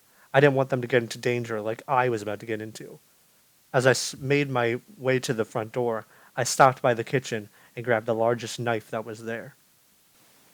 I stood in front of the front door for a split second, putting my ear to that door. I heard nothing outside, saw no silhouette staring back at me through the window. I opened the door. Have you ever opened the door late at night? It feels like it's making the loudest noise ever made. That's what this door sounded like. On any other day, I wouldn't notice how much the screen door creaked as it slowly swung open, but right now it was insane. I took a look outside, my heart dropping as I saw Princess's doghouse empty. I really, seriously, hoped that dog was okay. I took another step out onto the porch. The stone was cold against my bare feet. I shut the door behind me, and with slow steps, I walked out onto the lawn. I had a death grip on the knife as I neared the doghouse and peeked my head inside. No dog. But I did see small paw prints, small indentations on the grass, leading straight into the black forest. No, I audibly said, wrestling with my morality of what I should even do. Should I really just leave her? I almost slapped myself for even thinking of that, but as I neared about a few meters from the woods, I just stopped. Remembered being a kid again, being at the end of a long, dark hallway. My legs would just not move. I knew I had to keep walking, but my legs would just not let me keep going. I sent the signals to my leg to move, but the fear caused the determination to fizzle out halfway to my leg. My mouth sputtered out. My mouth suddenly experienced the same as my legs. Princess! I blurted out with an urgent whisper. The bushes rustled in response, and I jumped. My legs, with newfound energy, screamed at me to run. Princess beelined out of the bushes straight to me. The tension in my legs faded as she ran towards me, and I swooped her up in my arms, which is rare that she let me do that. As I sprinted back to the house, I had the lingering feeling that I just missed something, deadly important. I practically slammed the front door shut and locked it without a second chance for anything to get inside. Princess, making no noise, just jumped out of my arms and ran to Mason's room. As I looked at her in that split second, I wanted to believe nothing at all happened, that she just wandered off and that was it. But as I noticed that one of the bows on her head was now missing, I shivered. I walked into the living room and let out a sigh. It was dark as fuck in that room. The only light was a window at the very end and the window right behind me. Even then, it didn't provide much visibility. I say all that because something suddenly started nagging at me. Do you ever close your eyes and you can sense that something's in front of you? Like you have that tingle that indicates the presence of something right in front of you? Because I felt that. As I stared into the blackness, I kind of stood there for a moment, just staring into the dark. I couldn't see anything, but I just felt like something was there. As I stood, I tried to see if I could make anything out in the darkness. Obviously, I saw nothing, but I still felt like something was there. A car drove by outside. The light of the headlight shined through the window. It made a sweeping scan across the room. The light went by everything, and for that split second, I could see again. I saw nothing waiting for me. Everything unchanged in the living room. But that changed when I looked up at the ceiling and saw two beady eyes looking at me. Its two tufts of clown hair hung down from the ceiling. Its upside-down red smile went right side up as its head turned 180 degrees to look at me. It had a spring for a neck and a box-like body, like a jack-in-the-box.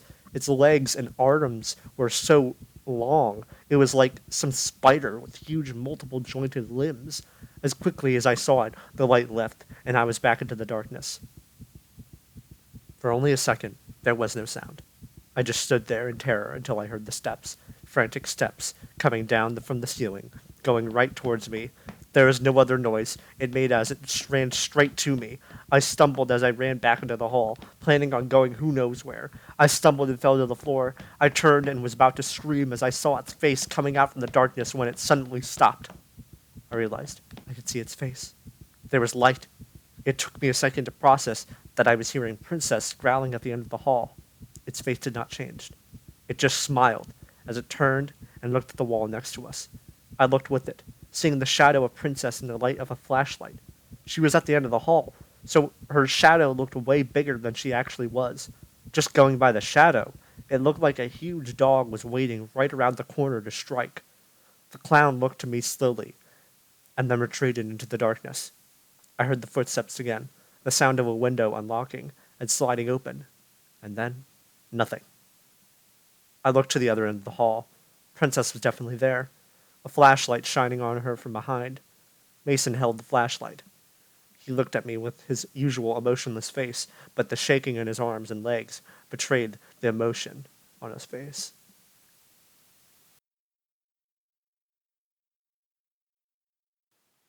Chapter 9. It was nothing short of a miracle I got to sleep that night. Maybe I've stayed awake so long my body just forced me to shut down. When I woke up in the morning, everybody in the room was gone. Exasperated, I ran to the living room hoping that they hadn't been kidnapped while I slept, but thankfully, I was just being paranoid. Paul, Augustus, and Mason were all sitting on the couch watching the TV. I noticed the wide-eyed look on Augustus's face, so I stood behind them to see what they were watching. It was a news broadcast by the local news station. I immediately knew something was up when I saw ambulances in the background. But then I also saw our house.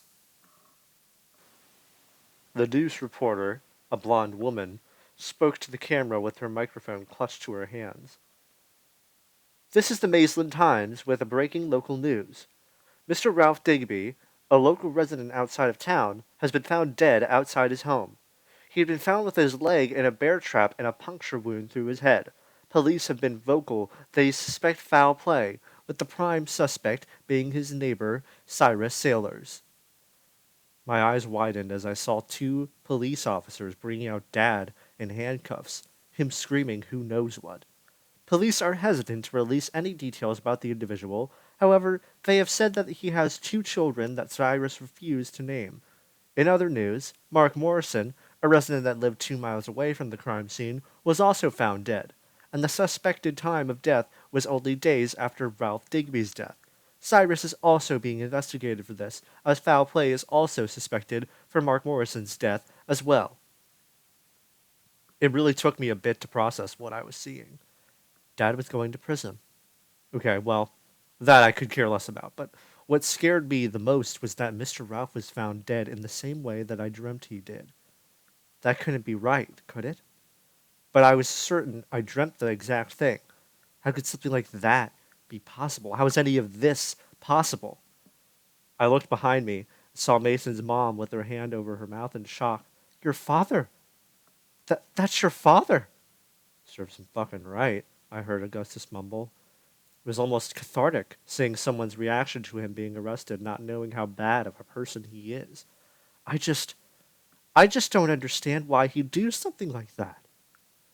Me and Augustus looked at each other. Paul looked at us too, acting like he knew what we were thinking when he definitely didn't.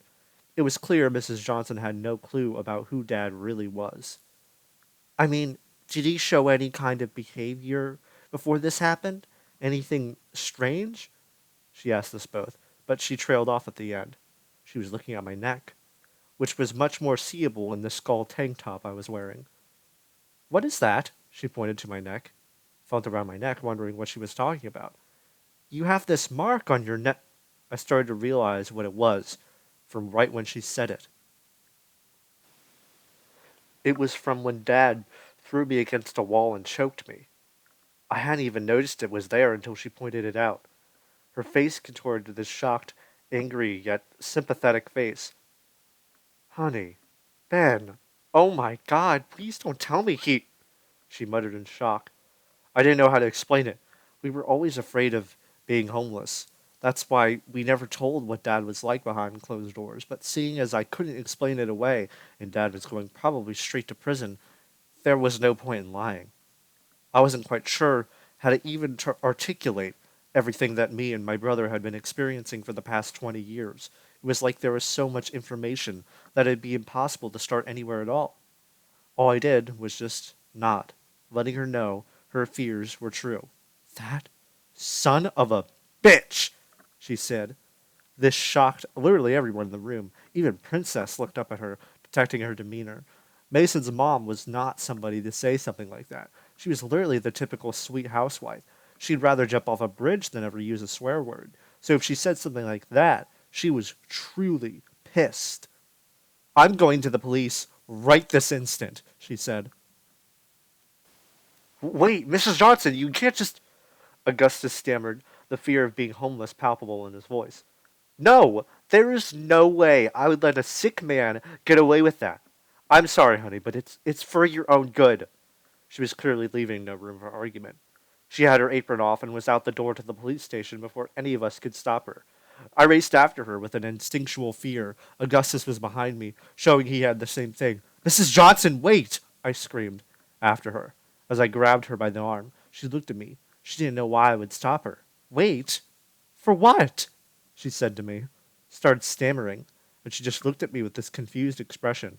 When I looked into her eyes, I could feel there was some vague sense of familiarity in her eyes when faced with abuse. I obviously can't know for sure, but it felt to me like she had done this before. Do you know how long it took me to get Mason? She said. I looked at her, not sure how to respond. The amount of miscarriages I had? I wanted to be a mother so badly. It was something I wanted ever since I was a little girl. I would shed tears looking at other mothers with their own children because I would never get to have someone to call my son or daughter. So when Mason came around, it was like he was God's gift to me. It was like he was sent from the heavens and was my little miracle. When I held him in my arms, I knew I'd never let anything happen to him, ever. As she said that, I remembered when I held him for the first time, how I felt the same exact thing that she felt. That boy in there, she pointed to the house, that boy is everything in my life. I don't have any other friends. I don't have anything else in my life. All I have is him, and it's all I've ever needed. And if I learned that somebody ever did this to him, she gestured to the mark on my neck. Her eyes teared up, as if she would break down just at the thought of such a thing happening. I'd make sure they never even get the chance to do it again. And you and your brother have been so good to my boy. I have never seen him as happy as he is when he's with you both. And the moment you decide to be part of his life in such a way, you made yourselves part of my family. And now I see Mason when I see you both. So no, I won't let him get away with this. Everyone needs to know what he did to you. They need to know the mark on his head is there for a reason. I was silent. There was nothing I could have said to that. Why are you trying to protect him? She asked. After what he's done to both of you. All the rage I had pent up over the years just spilled over. Because I don't want us to be homeless. Do you know the type of shit that happens to people around here? I don't want to be stuck in that, or... I hesitated with the next part. Or having to move somewhere else, all the way in who fucking knows where, and never see our friends, never see Mason again. Just like her, my eyes teared up at the thought of it. Honey, she looked at me and shook her head. You both would always be welcome in my house. I'd swear I'd never let anything like that happen. She walked up and hugged me as hard as she could. I promise you, he will never hurt you again. I had fantasized a long time about hearing those words, but it really did just feel weird actually hearing them. I didn't know how to react. She drove away, and I walked back to Augustus. I hugged him. I hugged him as hard as I could, and I cried. And because I cried, he did too. We both felt it. Felt like the world was lifted from our shoulders. Mason came up and hugged me, and Paul did too. We hugged as me and Augustus just cried our eyes out. She was right, you know. And said, the words already typed on his iPad. You shouldn't have been scared to say what was happening. Yeah, bro, Paul added. Shit, I'd let you guys live in my old-ass RV if it came down to it. You guys probably wouldn't like that, though. We all chuckled at that. Me and my brother kind of stared at them for a while. Then we both looked at each other. I had been with Augustus before we were even born. I could read his face perfectly. And he was thinking the same thing I was. Why were we afraid of that? It was like we didn't question our own reasons all these years. Why did we put up with that abuse for years for such a reason? How did we not see that we wouldn't have been homeless? That we would always have something to come back to? Mason interrupted my thoughts, after all the tears had been shed. Was that man the one you were talking to yesterday? He said, pointing at the TV. I looked at him for a second before I processed it. How did you know about that? I asked. You should know by now, I can still hear you. Responded. I nodded. Mason took a long time of typing. The way I see it, that means two things. These clowns either were just finishing what they started, or they killed him because he was talking to us. But it simply doesn't make sense for them to go to such an extreme if we are just another batch of victims. I think we are more than victims to them. It was surprising, hearing Mason deduce things perfectly. So, what are you suggesting? If they killed him because he was talking to us, it means they don't want to kill us. They want us for something else. If they want us dead, it is very clear they have the numbers to make sure that happened by now. Obvious. I am not saying to join forces with homicidal clowns just because they most likely don't want us dead. They might not be after us for something we did. Maybe they are just scaring us into silence because we witnessed them. Or maybe and it's for some different reason entirely. I looked to Augustus and then to Paul. Paul just laughed. Jesus, bro. You Sherlock Holmes or some shit? He said. Augustus elbowed Paul. Do you have any ideas what we should do? Our advantage is knowing they are very strange creatures, capable of insane feats. But we know they can die. It is possible to kill them. The best we can do is stock up on weapons. Anything we can use to kill one. We can think about the rest later. So, you're saying we should just throw our nuts to the wind and just wait for them to come to us and murk them? At Mason's nod, Paul said, Nice. Augustus looked at me. We were both thinking of the same thing. Dad. Dad had an absurd amount of guns stocked up almost everywhere in the house. For once, he was actually useful for something. Chapter 10.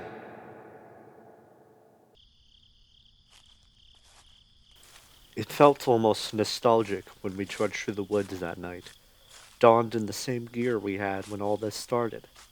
Except this time, we weren't going into the woods to a candy shop. Now it was to our own house. I saw the familiar shape in the distance, making out no police cars in the driveway. Our house was thankfully not the scene of Mr. Ralph's death. The police were so sure that our dad had killed him, and possibly Mr. Morrison, that it was no longer an active crime scene, which meant no police cars guarding the scene. Nonetheless, I knew it wasn't the police we were collectively worried about. It was them.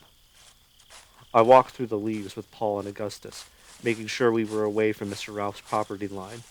We didn't want to get caught in a spare bear trap by a dead crazy old dude. I was constantly checking my surroundings, especially when we neared the back of our house. Looking into the pitch darkness, I expected at any moment for a big red clown nose and lipstick to emerge. Thankfully, that did not happen. However, I did see the grass outline of where Mr. Ralph's lifeless corpse once laid. I shuddered, remembering my dream. Was he dead right when I had the dream? Had he been laying for a few days before somebody found him? My dad certainly wouldn't have found him. He's too drunk 24/7 to have that awareness. I jumped back from my thoughts as Augustus tried the back door. It was locked. He then hastily rammed his whole body into it. Dude, I have a key, I said. Augustus looked at me and said something under his breath about how I should have said that earlier. We walked around the place, going past the opened window of Dad's bedroom.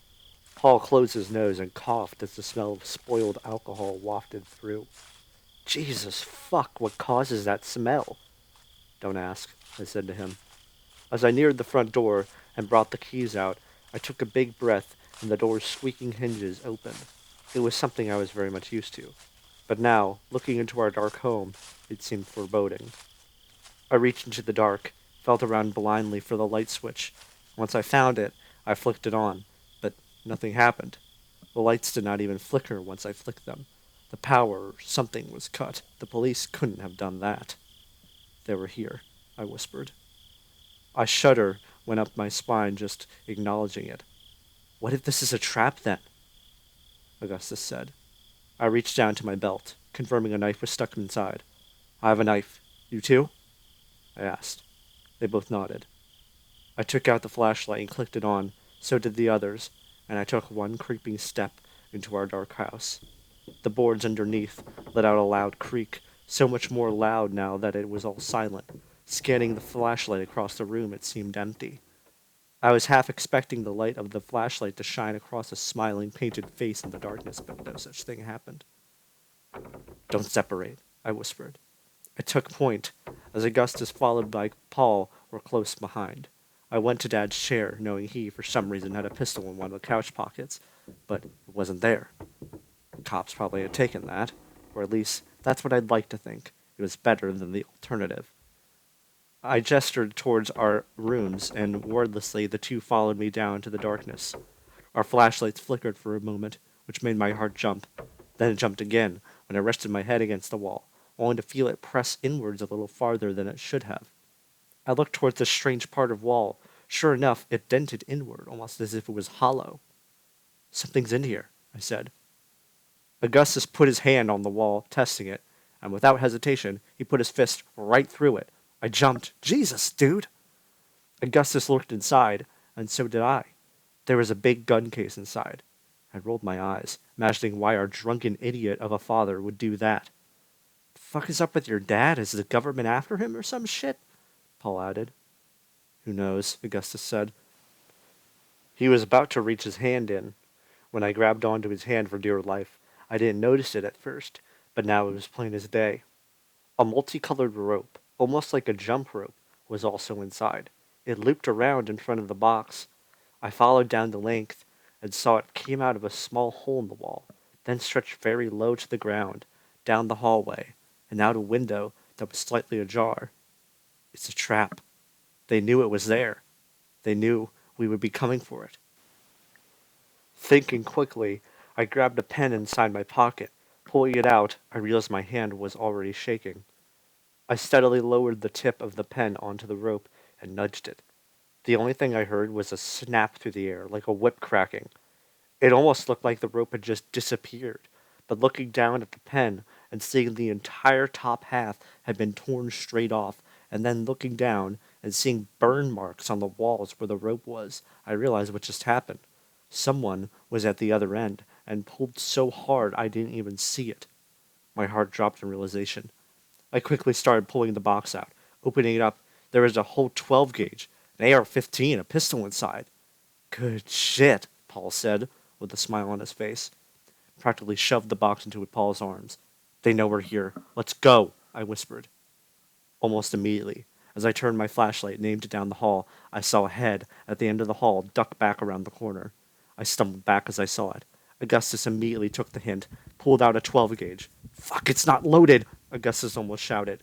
Me and Paul fell to our knees on the floor, searching for shells in the box. My flashlight started to flicker. No, not now. The flashlight flickered off, plunging us all into desolate darkness. Fumbling with the flashlight in the dark, Paul clumsily dropped shells as the flashlight flickered back on. I swiftly got up and focused my light on the shotgun. Augustus dropped a few more shells as he frantically loaded them into the barrel. I saw Paul's hands. They were white as they gripped onto the remaining shells. Okay, I got them, Paul said behind us. My blood ran cold. My flashlight looked up, revealing the white hand was attached not to Paul, but to a circus ringmaster suit, and a balloon obscuring the clown's face. I screamed bloody murder, and Augustus fired a shot point blank into its head. The bullets went straight into the balloon, and the balloon dented inwards and then stopped. I practically pulled Augustus by the waist as the balloon turned, revealing it was flat and made of metal. The red-nosed grin that stared at us with its beady eyes from the turned balloon sent a shiver up my spine. Augustus fired off another shot, but was met up with a click from the trigger. As most of the shells were on the ground, Paul pulled up the gun case as we stumbled back into me and Augustus's room. I still have nightmares sometimes, seeing the clown standing there in the dark.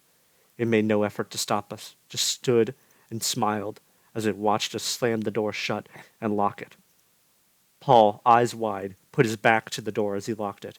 "How the fuck did they know we were coming?" Paul said, already at the same conclusion I was. I was about to tell him I didn't know till we heard a polite knock on the door. The small sound was enough to make all of us jump, Paul backing away from the door. Slowly started out with a single constant knock. Then my eyes widened as another hand joined the knock, then another, and another. More and more joined, as there was a cacophony of knocking coming from the door. Using the only shell he had, Augustus loaded the shotgun and aimed it at the door. "Don't shoot," I said. "The door is the only thing between us and them. Don't obliterate it with a shotgun." "I wasn't gonna," he said back to me, though I was sure he was lying. "Well, I'm noping the fuck out," Paul said as he went to our window and pulled it open. He already was doing exactly what I was going to ask. Paul pushed the case out first and stopped. His eyes widened more, looking out, if that was even possible. "Get down," he said. We immediately did so without question, ducking under the window. We laid on the floor like we were bracing for impact. At first, when I looked into the darkness, I thought I was staring at a head looking in, but I noticed there were no facial features, and quickly realized I was staring at a pink balloon. It floated in front of the window, almost like it was alive and looking in. Suddenly, a pink light emitted from it in the form of a scan line. It conducted a sweeping scan across our room, going right over us. My heart stopped still when I saw the light just barely miss my nose. Almost on cue, the knocking promptly stopped. I heard the steps of several pairs of feet shuffle down the hall in its wake. As the balloon hadn't detected us, it continued its patrol and receded into the darkness. I almost didn't process that I was able to get up. Maybe my body didn't want to stand and just wanted to lay down there till morning came. I slowly rose to my feet, and so did the others. "Man, these past few days can just go fuck themselves," Paul said. We got up and wasted no time, getting our asses out the window. I found myself peeking around any corner. There was simply no way they just left. I looked out into the dark woods, turning off the flashlight and plunging back into endless night so our location wasn't given away. My mind swirled with thoughts of how those footsteps just seamlessly disappeared when it reached the end of the hallway. We swiftly started making our way back into the dark woods. Only now did I realize just how dumb it was to go back into the woods. Augustus was the first to see it. I heard him mutter, "Shit!" right when we were on the edge of the tree line. I turned, and on top of the roof of our house, standing tall, was the vague shape of a tall figure with a birthday hat on its head. I just turned, hoping it hadn't seen us. We frantically trudged through the leaves. My head swirled around one last time, and I saw the figure was no longer on the roof. Instead, it was now on all fours, running towards us across the lawn. It looked like a wild animal more than it looked like a humanoid of any kind. As it ran, an animalistic instinct of fear jolted up my spine. I was almost pushing Augustus forward. It ran so fast. It was off the roof and on the ground, running straight for us into the tree line by the time I had blinked 3 times. But as it ran, I heard a metallic clamp sound out through the forest. I took one last look back and saw a bear trap had clamped down onto the clown's left leg. It looked down at its snapped leg, and I watched in horror as it opened its lipstick mouth. Its mouth revealed multiple lines of sharp, serrated teeth that glistened in the moonlight, showing off its gaping maw. It looked to the sky as if looking at the moon itself and let out this horrid roar. It had to be the loudest sound I think I've ever heard. Its pained bellows into the sky were so loud it was half a mile away from us, yet it was so loud it sounded like it was screaming right into my ear. I screamed as well, my hands over my ears. It echoed into the sky like a lightning strike, and for the first time I truly knew what it felt like to be overstimulated. We ran for what felt like hours as that horrible noise only somewhat got farther away until it finally stopped. My whole body was vibrating from the scream of that thing alone, but even then, I still kept running and running back to Mason's house. I practically fell straight onto my knees when we could see the house lights in the distance. We had become a symphony of just heavy, exhausted panting. My legs ached, my ears were still ringing as Augustus helped me up, and we came around the backyard to the front of the house. Just fell on my ass on the stoop, and so did the others. Felt like we were running for decades. Damn, Paul said, in between breaths. Stupid fuck. Should watch where he's going. Chapter 11. My ears were ringing for about 2 more minutes, my hand gripping the case. It made me realize how odd it must look for a couple of 20-year-olds to be out on a stoop with a gun case between them. Finally, I got up and knocked on the door so Mason would let us out of this godforsaken darkness. I knocked a few times, then tried the door handle. Strangely enough, it was unlocked. My eyes narrowed down at the doorknob as I slowly opened the door. The lights were on, but it didn't do anything to ease my already heightened anxiety. The hallway was empty, yet the unlocked door told me something was very much wrong here. I looked behind me, and the others were still there, looking as concerned as me. Augustus stuttered as he spoke out into the unknown. Mason? Where are you? I nudged him. The fuck is he gonna do? Answer you? Augustus glared at me, but I didn't care at the moment. Mrs. Johnson? With cautious footsteps, I slowly tiptoed down the hall. Mrs. My words got caught in my throat as I saw what awaited me in the living room. Dad was there, in an orange prison jumpsuit. He had a handgun pointed at Mrs. Johnson's head and had her in a headlock. Dad! I sputtered out.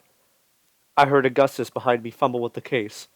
I don't know how you got that, he said in a gruff voice, but if you make another move, you're gonna have to clean this bitch's brains off the fucking walls. Augustus dropped the suitcase as he stepped back. You motherfucker. Dad, what the hell are you doing? I yelled at him. I've had enough of you. You two little fucks get me sent to prison now? You two are the biggest fucking mistakes that I've ever had, and I'm gonna correct my mistake. We didn't do shit. It was... Augustus choked on his words, not sure what he could say. It was what, huh? It was fucking what? It was you, you fucks. I shouldn't have listened to your mother. I should have never let you into my house, he said, the letters from before still scrawled on his forehead, and a black eye as well. Seems the other inmates did like what it implied.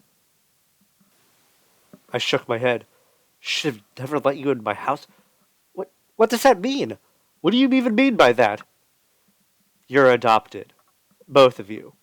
We found you both as babies in the forest behind our house, holding a clown nose in your hands. I should have never fucking listened to her and adopted you fucking freaks. My head spun when he said that. A clown nose in our hands. That couldn't be right. That couldn't be possible, could it? I looked at Augustus. He looked just as shocked. I was hoping for some kind of answer, but it was stupid to think he wouldn't be in the dark about this. But you... Mom, Mom died giving birth to us. He chuckled, as if I had said the funniest joke he ever heard. I killed her. My eyes widened. My head spun even more. Mrs. Johnson looked even more terrified the moment she heard those words. You killed her? You killed my best friend, she said, in tears. My mind raced at all the implications, all of what this meant. You wouldn't believe how little questions people ask when you say she died of an at-home birth, he said with this infuriating smirk. Why? What the hell is wrong with you?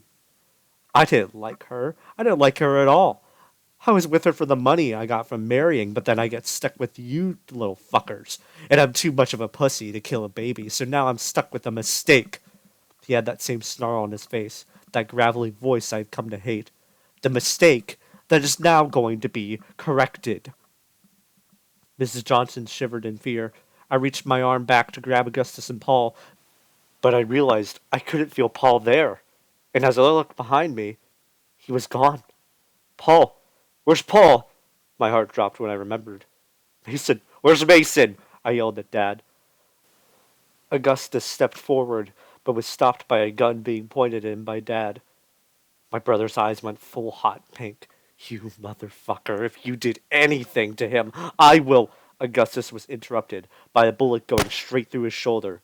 He dropped to the floor and yelled in pain. My ears rang in my head, and instinctively I was at his side. My brother's blood pooled on the hardwood floor. Mrs. Johnson yelled at us to just run away, to just get out. It's too late for that now, Dad said. Augustus groaned in pain. His eyes darted to the bathroom door right behind him. I followed his gaze. Dad was saying something, but I was no longer listening. The bathroom door slowly opened, and a set of cartoonishly gloved fingers grabbed a hold of the doorway. The tip of a birthday hat poked out, and a smiling face bared down at Dad. Its tall, lanky form was familiar. It was the same one I saw the other night. It stood up. It was so fucking tall. My mind wandered for a moment to thinking about how long it must have waited in there since last night. It had to turn its head as it pressed against the ceiling when it stood upright. A snake-like tongue slithered out of its sharp-toothed mouth. Its tongue slowly slipped through his shirt like it was tasting the taste of his skin. His eyes widened as he turned and looked at the monstrous clown-like creature that towered over him. As he stared upon it, I started to connect the dots. The clown spared him. I don't know why. Maybe because he was so pathetic and they didn't want to waste their breath on him. Either way, those words on his head, it was his warning. It was their warning to him. The final warning to change his ways.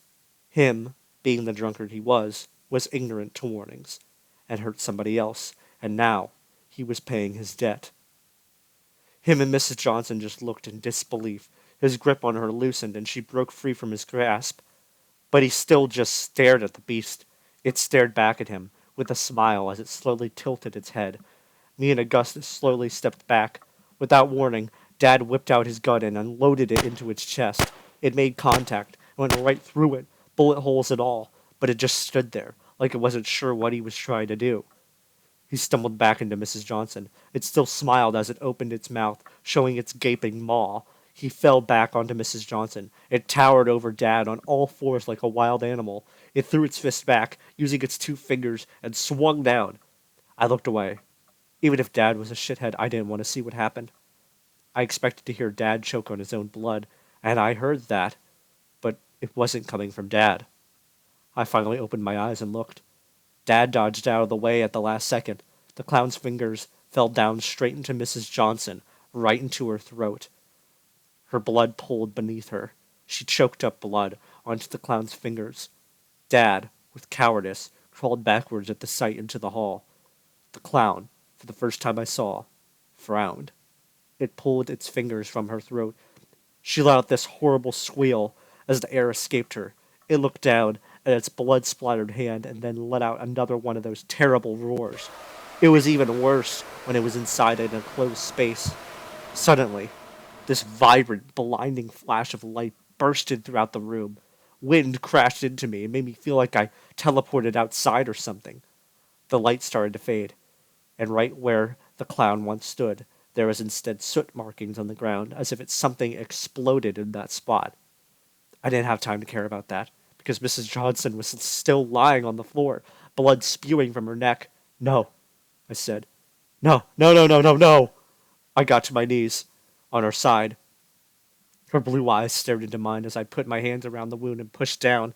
Augustus tried to help, but he had to have one hand on his shoulder.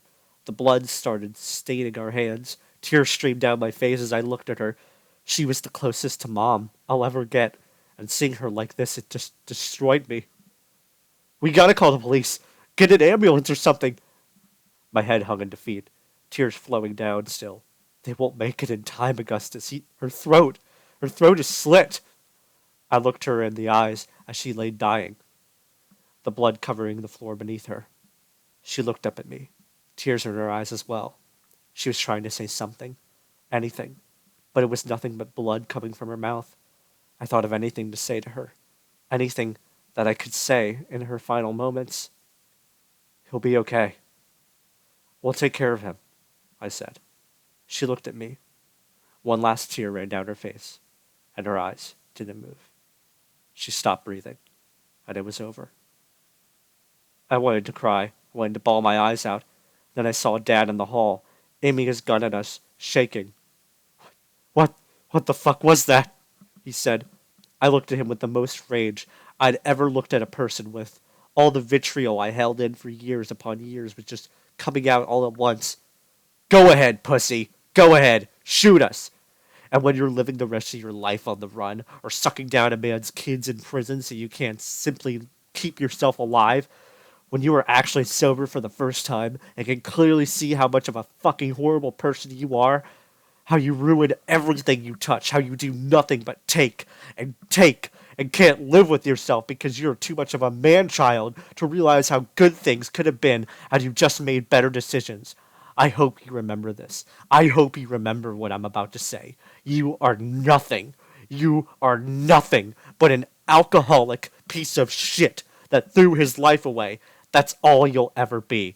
All you'll ever be is nothing. I felt so many things. I wanted to rip his goddamn throat out for what he did, and if he didn't have that gun aimed right at me, I probably would have done that. He aimed it straight at my head, and I knew he was about to shoot. I just closed my eyes. It's true what they say. Your life really does flash before your eyes before you're about to die. I heard the gunshot. My whole body tensed up the last second, but I was fine. My eyes opened. The gun was on the floor, along with Dad's fingers. I looked at him, and his whole hand was blown off. He didn't scream. He just stood there and stared at the stump where it was. Another bang, and a light flashed behind him. A bullet goes straight through his Achilles heel. His leg gives out, and he falls down. I looked up at his assailant. It was Mason, holding a gun from the gun case. Princess was hiding behind his legs, and behind him at the end of the hall, I saw Paul with the open gun case. Paul went to find Mason. For a second, I thought he had abandoned us. Dad screamed in absolute agony. He looked back, his eyes widening when he saw it was Mason. You retarded. Dad was cut off as Mason fired off another shot right into his groin. Dad screamed even louder, but Mason didn't care. He fired 3 more shots straight into Dad's nuts. It must have been the most hellish pain imaginable. I shudder, remembering what it looked like. It looked like the space between his legs had just been torn off. Mason fired another shot into his chest, leaving a powerful, bloody crater in his body. Dad coughed up blood, crimson filling his eyes. He didn't say anything, overcome with so much pain that he couldn't utter a word. Mason aimed the gun at his head. He had no emotion on his face, even still. Then, for the second time in my whole life, Mason opened his mouth and spoke. It was jarring, hearing his voice again, after so long. Fuck you. Without a second thought, he fired the last shot into Dad's eye, killing him instantly. I wish I could have said I felt something seeing my dad die in front of me. I wish I could say that it disturbed me, but no, it didn't. I felt nothing. Nothing for him. Mason then turned. Seeing his mom's dead body, he dropped the gun and fell to his knees. Now at the words, "Mom?" Again, he showed no emotion, but the tears in his eyes showed what he felt. Princess walked up. Seeing Mrs. Johnson's lifeless body, she whined and started nudging her corpse, almost like she was trying to wake her. I could see why. It almost looked like she was still alive, like she was going to get back up at any moment. But I knew better. She wasn't ever going to get back up. Mason picked up Princess. He held her close as she whined for Mrs. Johnson to get back up. Mason buried his face into Princess and started to sob. I hugged him. I hugged him like I thought I'd never do it again. Augustus hugged him too as he sobbed. I wanted to cry, but I wanted to just be strong for him. You'll be okay, I whispered. We'll be here. We always will. Chapter 12.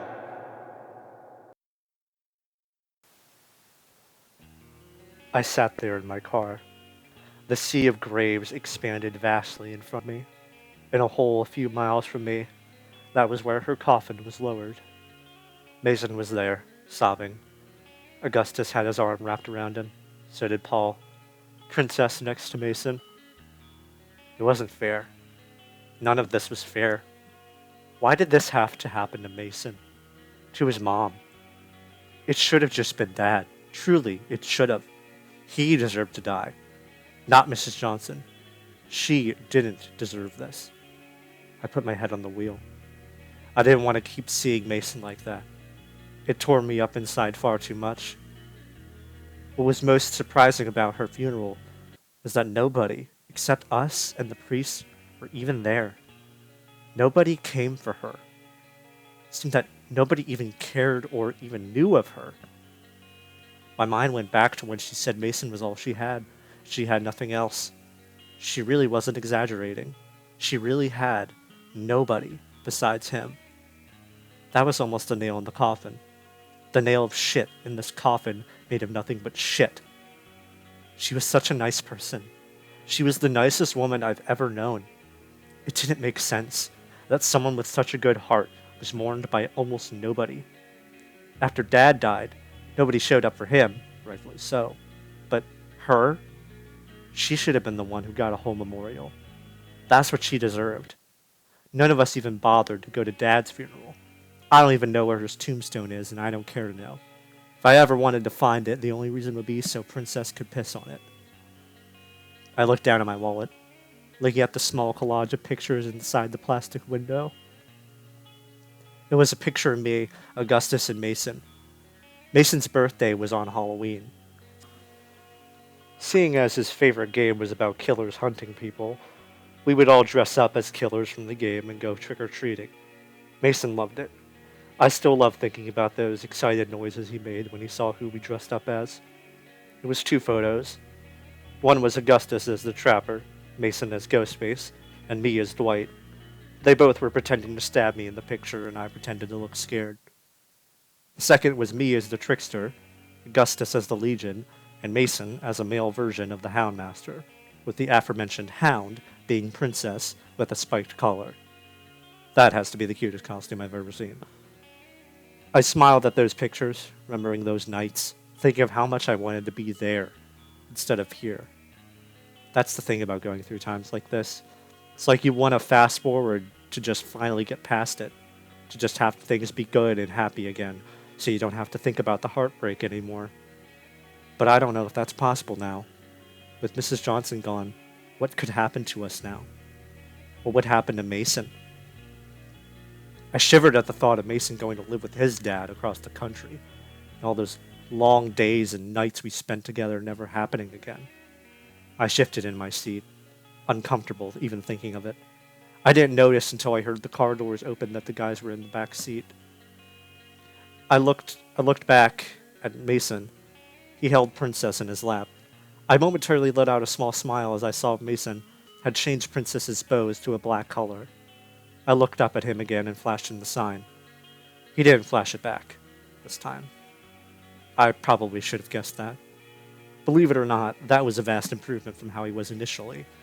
Initially, we couldn't even say the word Mom without Mason breaking down on the spot.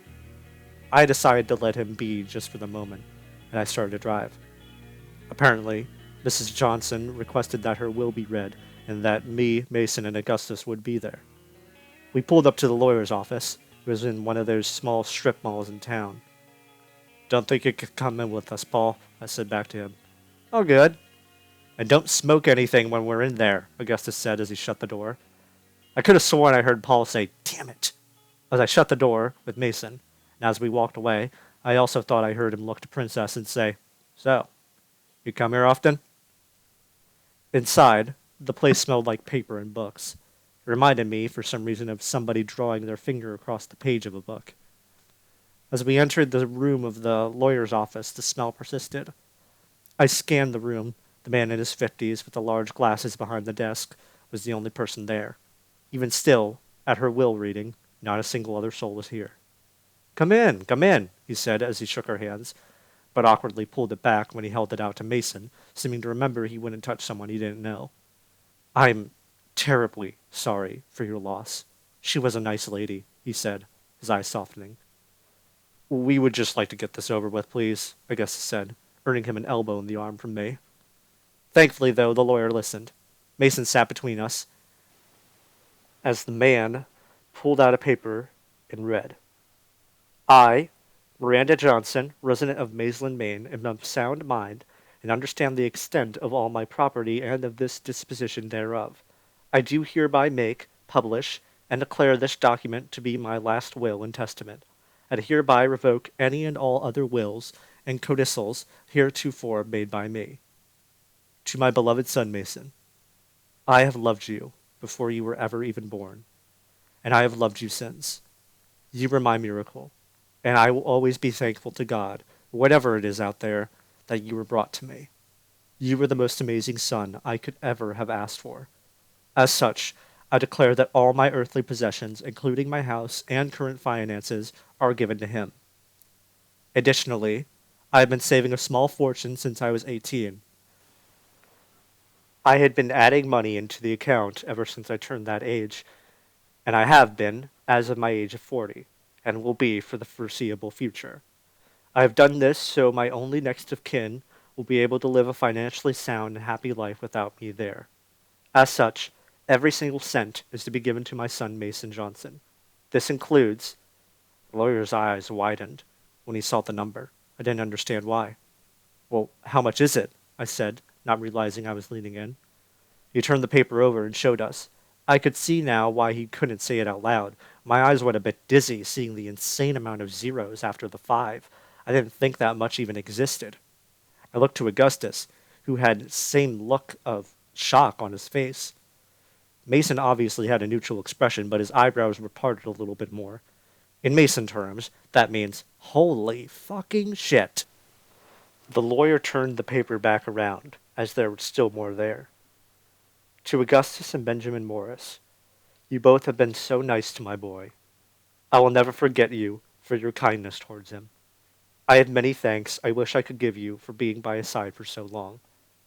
As of writing this, Mason is 19, and you both are 20, meaning Mason is not of legal age and will need a guardian, and you both are legal adults. Seeing as I have full custody of Mason after my lengthy divorce with his father, I hereby declare that Augustus and Benjamin Morris have full custody of my son, Mason. They are, from this moment on, to be considered his legal guardians. Chapter 13.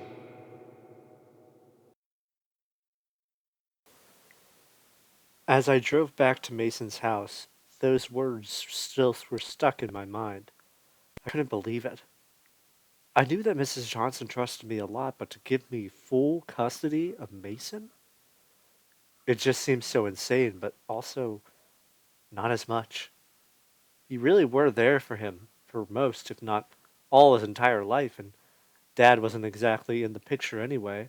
An orphanage and the adoption agency isn't exactly ideal. Her family, well, they didn't show up to her funeral, so I imagine they were not trusted by her. So, truly, maybe we were the only option. I looked at him in the back seat. It must be insane for him still, processing his mom is gone. But now, me and Augustus had real responsibility now. I looked over to him, my brother, in the passenger seat. Eyes on the road, fuckface, he said. Yeah, whatever, shit dick, I responded. I know it's probably pretty odd to say this, maybe even a little fucked up, but honestly, I was happy with how things were going. Of course, Mrs. Johnson dying was bad, really bad, and I'd never say any of this out loud, but I'm sure Augustus most likely felt the same exact way. Me and him had everything we wanted now. Dad was gone forever and he was never coming back. And now we have a chance at a life with Mason, a chance to actually live and be happy for the life that we have. Something that we had no choice to have pretty much ever. Is it fucked up for me to say that? Maybe. Maybe it really, really is. But it's the truth. I pulled into Mason's driveway, and immediately I knew something was wrong. There was something sitting on the doorstep. Something white, some kind of cellophane wrapping. What's that? Stay in the car, I said to everyone. The car door opened, and the cold wind hit my face. It was a reminder that we were outside. Nothing could happen. I was still scared, deep down, because I knew what it was. I knew they weren't going to leave us alone. As I slowly walked up those steps, time seemed to slow down as I saw the birthday cake waiting for us on the stoop of Mason's house, with only a smiley face drawn in frosting on it. Of course, that life I wanted so bad still couldn't be had. There always just had to be something in the way. I knew what this was. I wasn't even sure how, but I knew. It was a message to us. That they are still after us. Apparently, killing Dad and Mrs. Johnson wasn't enough. But I just couldn't understand what we had done. What did we do to deserve this? They always go after people who do bad things, but what did any of us even do? Me and Augustus have done things we aren't proud of. We did drugs that I'm not proud to say I did, but that didn't hurt anybody. So why us? We pranked Mr. Ralph and Augustus punched a kid that was bullying Mason, but it couldn't be because of that, could it? I know what Mason said. But I feel there's something here that I just don't understand. It's frustrating. So fucking frustrating. What is it? Augustus called out. I said nothing. I kicked the cake onto the lawn, all the bread and frosting scattering across the grass. I probably looked insane as I stomped the cake into oblivion on Mason's front lawn, but I didn't care. I was just so angry. Inside, I sat there with my head in my hands. I had been sitting there like that for a while. Can you stop being dramatic? Augustus finally said after what felt like forever, hearing him a scathing look from me. I'm trying to think, you fuck, I said. Rolled his eyes at me. I looked over at Paul, who looked as chill as ever as he had his arm around Mason. That was strange. I wouldn't expect Mason to allow that from him. Mason spoke up, obviously wanting to alleviate my distress. We know their weakness now, he said. It was the first words he said in a while. They can't kill someone they are not after. The truth was, I always felt like I had to be the leader. Felt like I had to be the one that always knew what to do. I guess you get like that when you have to live with my dad. Putting yourself in that position can be hard, especially when you make the amount of mistakes that I've made in life. It just puts pressure on yourself. Mason knew this. He's known me since he was a baby, so he knew. And Mason couldn't tell any emotion on my face or body language, so he didn't truly know how I was feeling by looking at me, but when he chimed in, I knew that somehow he was speaking out and being the leader here because he knew that I was stressed. A bit of a smirk came on my face when I realized that. Unanimously, we all agreed that would make sense. It would definitely explain why we watched one of them just burst into light and disintegrate. Before this and killing them was inconsistent at best. But now we know there is something we can use. But what good is that going to do for us? I mean, we can't just let them kill us. It's out of the question. Augustus asked. It means we can have someone be our shield to them. Well, hearing Mason say we had to use someone as a meat shield was certainly one of the experiences of all time. Don't look at me like that, said to Augustus, whose eyes widened. If we use someone, they will not kill them or even hurt them because it would spell their own demise. I don't think we should use each other. We don't know who out of us they are even after. We need someone who we know they are not after. He didn't give us time to ask who that was, as he grabbed Princess and put her on his lap. She looked at us like, what's going on? Whoa, bro, Paul said, his eyes widening. I don't want to be responsible for dog death. I vouched for him. I knew Mason. I knew he'd never put Princess in danger if he thought she'd die. No. Let's trust him. I trust his judgment. Mason looked at me. Obviously, he had no expression, but I could just feel it. Gratitude. That I heard him out. That I was listening. Made me think people didn't do that with him a lot. The one thing we have now that we did not have before is funds. And that could bring us a long way. He looked to Paul, not even addressing him first. Does your RV drive? Paul scoffed. Does she drive? Hell yeah, she can drive. Haven't done it like in forever, though. Why do you ask? We are going to turn it into an impenetrable fortress on wheels. Paul's eyes widened with a smirk. Type shit, he said. Of course, Paul was completely on board. But how are we going to do that? What will we use it for? We can't just live in Paul's RV for the rest of our lives, bud. Mason didn't respond. He found some paper and asked Paul to sketch for him. He was good at making graffiti art. And that's what they were doing for the better part of an hour. Meanwhile, me and Augustus just sat and waited. Well, it was more like I sat and waited, and Augustus kept asking, "Are you done yet?" every 10 minutes. Eventually, though, Mason's vision was perfectly depicted, and what we saw was definitely fitting the description. Large metal doors that could come down over the windows, a huge metal attachment on the hood that could run straight through anything, or at least anything that could breathe. All the walls on the outside were completely reinforced. It was doable. Costly, but doable. We are going to hire people, architects, contractors and whatever kind of profession that would do this for us. And with the amount of funds we have now, we are going to be able to do just that. Okay. Augustus looked at him incredulously. But that doesn't answer my question. What are we using this for? We are going to find their base, find wherever they are staying, and blow the place to hell. I'd be lying if I said I wasn't totally down with that. No more being scared. No more sitting around and hoping nothing bad happens. No, we're facing this. Facing all of this. Mrs. Johnson entrusted me with Mason. It's no secret. The world isn't nice to people like Mason. There's so much misinformation and even hatred as well. Whether it be some idiots saying vaccines cause autism, whether it be people making movies with horribly terrible depictions of people like Mason, whether it be people saying things like our children are disappearing or the soul was gone from his eyes in reference to people being autistic as if they're fucking dead or something. Whether it be advocates for cures for autism as if Mason needed to be cured of anything, as if who he was defective. All those horrible things. She entrusted me to protect him from those things. I won't let her down. I will protect him from everything that would hurt him. My entire life has been nothing but shit. That's all it's been. But now I have a chance at something new.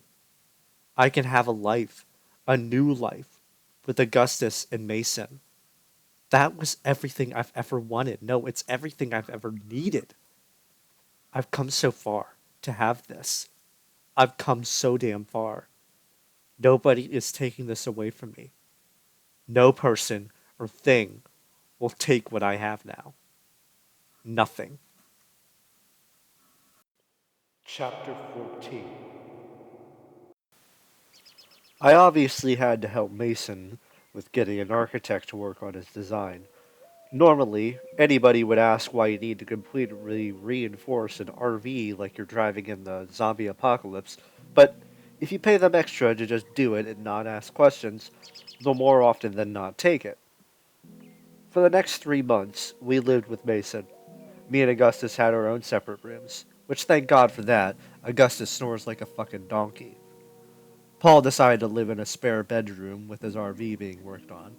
It was crazy how big the house truly was, but thinking back on how much money Mrs. Johnson had stowed away, it made a lot more sense now. A lot changed, though. Augustus went to anger management therapy. That didn't stop him from being a douche to me, but I didn't expect anything less. Paul even cut back on smoking, since he was in someone else's house. That doesn't mean he stopped, mind you. I mostly stayed around the house, waiting for the moment a clown knocked on our door so I could blow its head off. Mason, and surprisingly Paul, had graduated early. I guess Paul skipped school because he really had all his shit together. But out of all of us, I think Mason changed the most. Firstly, he must have learned a lot from his mom because he was an amazing cook. He made some of the most amazing shit I've ever had. Waking up to the smell of freshly baked buttermilk pancakes was heavenly. Bistro style steak for dinner, it was almost like making food for us was Mason's love language. I truly never knew how much he was like his mother until I lived with him. Secondly, and on a more somber note, I'm pretty sure Mason has PTSD. After that night, he couldn't even go into his mom's room without breaking down. Only until I took the room and redecorated it to look more like my room did he have the courage to stay in there. I think he also had night terrors as well. There were countless times when me, Augustus, and even Paul would wake up to Mason in our bed, clinging to us, but that was okay. He needed us to support him, and we were willing to do so. I know that given the circumstances, I shouldn't think this, but every time I'd wake up and see Mason dead asleep, clinging to my arm, I felt content. I felt happy. It reminded me of those nights long ago when we were toddlers, me and Augustus snuggled up in bed with Mason. I would never wish Mason to have more night terrors so he'd sleep in my bed with me, but if he just decided to permanently sleep in my room with me, I really wouldn't mind. I almost forgot about Princess. She was much more well behaved to us than she ever had before. Sometimes I'd feel sorry for her, because every once in a while I'd see her waiting at the front door, waiting for Mrs. Johnson to come home. I don't think she fully understood that her mom will never walk through that door again. On a brighter note, I never realized just how much Princess followed Mason around. It was almost funny, seeing Mason walk by and see little Princess trotting behind him. Another thing I saw was Mason trying to teach her a certain trick. Almost every other day, at the same time, Mason would take one of our socks, take Princess, and go outside. He'd make a whistling noise at her with the sock on the ground. It was low, then went high. The first few times, she just tilted her head at him. When that didn't work, he would put the sock on her face and the whistle again. Over the next few months, every day he'd do this, and I'd watch, wondering what he was doing. Slowly, Princess started to sniff the sock when whistled at. Then one time, she followed the scent. Mason gave her a treat, and slowly she started to learn to sniff out the scent. Until one day, she trotted up to me, and then barked for Mason, and he gave her a dog bone that was bigger than her. I don't know if this was evident already, but this was the most amazing 3 months of my entire life. They said when you start living with someone, you start to dislike them more after seeing all their habits, but that wasn't what this was like at all. Every second that it was just me, August, Paul, and Mason, was every second I don't regret spending. Felt like we were an actual family. No abusers, no clowns. It was only us. And that was beautiful to me. Me and Augustus had our birthday, and we had a birthday cake. A motherfucking birthday cake. We never once had a birthday cake before. It was a new experience for both of us. But over those months, I became even more determined. This life. I want this life. I want to live this life forevermore. Strangely, we had no visitors either. I'd be lying if I said there were no times I swore there was one, but there wasn't. Like the pulling of a shower curtain that vaguely sounded like the honk of a clown noise. Not to mention the whole birthday thing gave me a heart attack until I realized Mason and Paul set it up. But no, it was relatively peaceful. Now that I think about it, they might be trying to get us to lower our guard, but I assure you, we never let our guards down. Thanks to the Maitland black market, which was plentiful, we were stocked with so many guns that I could blow the head off of anything that vaguely resembles a clown. But one of the main things, though, was when the RV was completely finished. Looking at it, it was quite literally a steel fortress on wheels. The walls were completely reinforced. It looked like someone could shoot at the walls and not even make a dent. The windows were now replaced with full plexiglass. Augustus punched the glass, even though I told him not to, and hurt his hand. Dumbass. After he almost broke his hand, me and Augustus started giving the whole RV the once over, seeing if there were any flaws that didn't match Mason's vision. After that, Paul helped us install new tires to replace the old decrepit ones. Then, after that, me and Augustus started putting air in them. That's when I listened to Mason and Paul. Paul started a bonfire, and Mason made some pink lemonade to celebrate it being finished. They sat in plastic chairs, surrounding the fire. Mason sat next to Paul. I noticed in my peripheral that Mason kept typing on his iPad, and then kept looking at Paul. Paul, What's up, little bro? in light of recent events, and the fact that things could go wrong, there is something I need to tell you. Paul sat up, realizing whatever Mason wanted to say was important. We'll be fine, but you gotta tell me now. Can't leave me off on that. Mason let out a deep breath as he typed for quite a long time on his laptop. I am sure it is not secret to you. I don't like being touched. It is always just kind of been that way. I only can touch someone that I can trust. For every other person, I have tried to avoid it. And I have done the same to you, but I don't want you to think that I did it because I don't trust you. When I was scared of you touching me, it was for very different reason. When I was around you, I was filled with more shyness than fear. It was like I would be filled with this boyish excitement when I saw you, much less touched you, and I was no longer even doing anything to the tire. I was just sitting there listening to Mason. Paul, I'm in love with you. My eyes widened. Holy shit, I thought. Could only guess Paul's reaction was exactly the same. Paul chuckled. Okay. No. There's no way that is happening. I'm just going to choose to believe that you're just saying that because you're high or something like that. Because there's no way you mean that. Mason reached out and touched Paul's arm. Mason touched him. Full skin-to-skin contact. He looked him straight in the eyes and, with his own words, spoke. He struggled to get the words out, but got them out nonetheless. I do mean that, he said.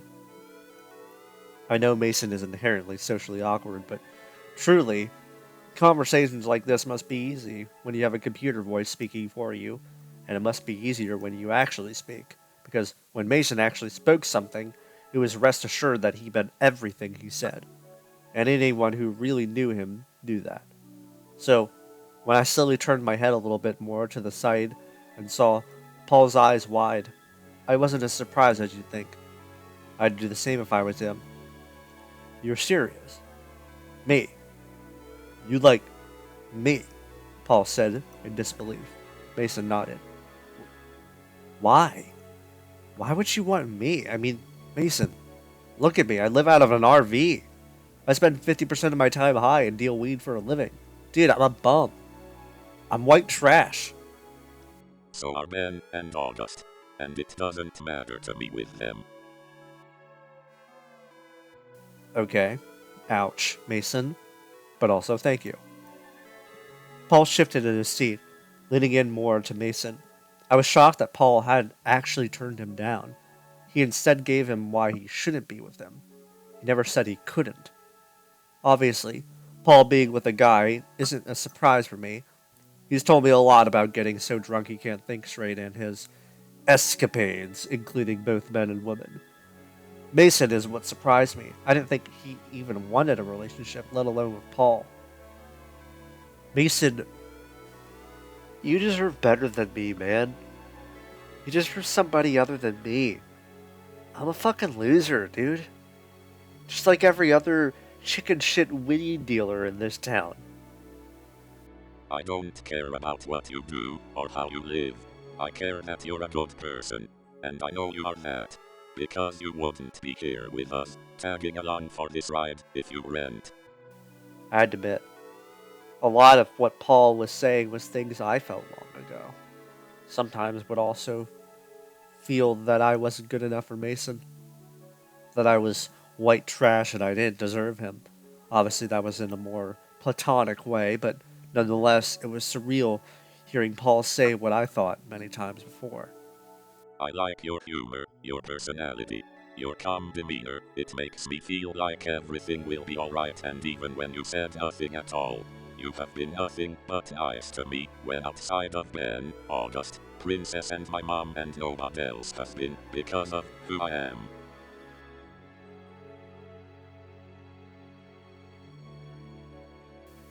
I looked down. I was sure Augustus would tell Paul all the regular big brother things. Have him home by 10. If you break his heart, I'll kill you. All that type of shit. But me, I was kind of glad that Mason wanted to be with Paul. I knew Paul. I've known him for so damn long. No offense to Paul, but he wasn't lying about the white trash thing. But I knew Paul. He was one of the best friends I ever had, and I knew he was a good person. Hell, I remember this client he had who had chronic debilitating headaches and needed medical marijuana, and Paul gave it to her on the house. No strings attached. He just let her have it. He's the same guy who gave a kidney to another guy he barely even knew, because, in his words, he only needed the one anyway. He's the same guy who volunteers for soup kitchens every Christmas and Thanksgiving. He's the same guy who donates blood at every single blood drive there is. Paul was a stoner, and was white trash, but he was a good guy. And honestly, I felt comfortable with Mason and him being a thing. I preferred him over a guy I didn't know coming home with Mason, and I had to trust that he'd be okay. I realize I basically would become Augustus in that case, but I wouldn't have to do that if it was Paul. I trusted him already. Mason's hands squeezed his wrist. I like you, Paul, He said, hesitantly. Paul put his hand over Mason's. I like you too, Mason. I remember seeing this Facebook post about this woman who was horrified when she heard that autistic people actually date. I smirked when I imagined how horrified she'd be if she saw this. I walked around the RV and saw Augustus seemingly hadn't heard anything they said. I didn't have to worry about the situation between Mason and Paul, though. I knew Mason would be alright with Paul. I just knew it. But even so, after all this, we still weren't ready. We still had one more thing we had to do. Paul volunteered to drive, seeing as I've never driven an RV before and there was no way I was going to crash after all the work we was put in this. The drive there was a blur. What really mattered was where we ended up. We were back at the tunnel, yet again, staring down that blackness. I was afraid, but not as much as I was before. Paul slowly creeped us down the tunnel, the light disappeared behind us, and all that was left in the unending darkness was our headlights. Just like before, the headlights shined on the familiar sight of the painting of a roadblock. The wall had blocked us from getting out of Mazeland, and I assume if we had gone any other way, we'd meet the same result. I handed Augustus a large pickaxe we bought from the hardware store. This would probably take much longer, but I kept thinking of the life I could have, and I was filled with more determination. Stepping onto the blacktop on the cold tunnel, me and my brother walked up to the tremendous wall blocking our path. Pickaxes in hand, I didn't wait for any signal when I took my first swing.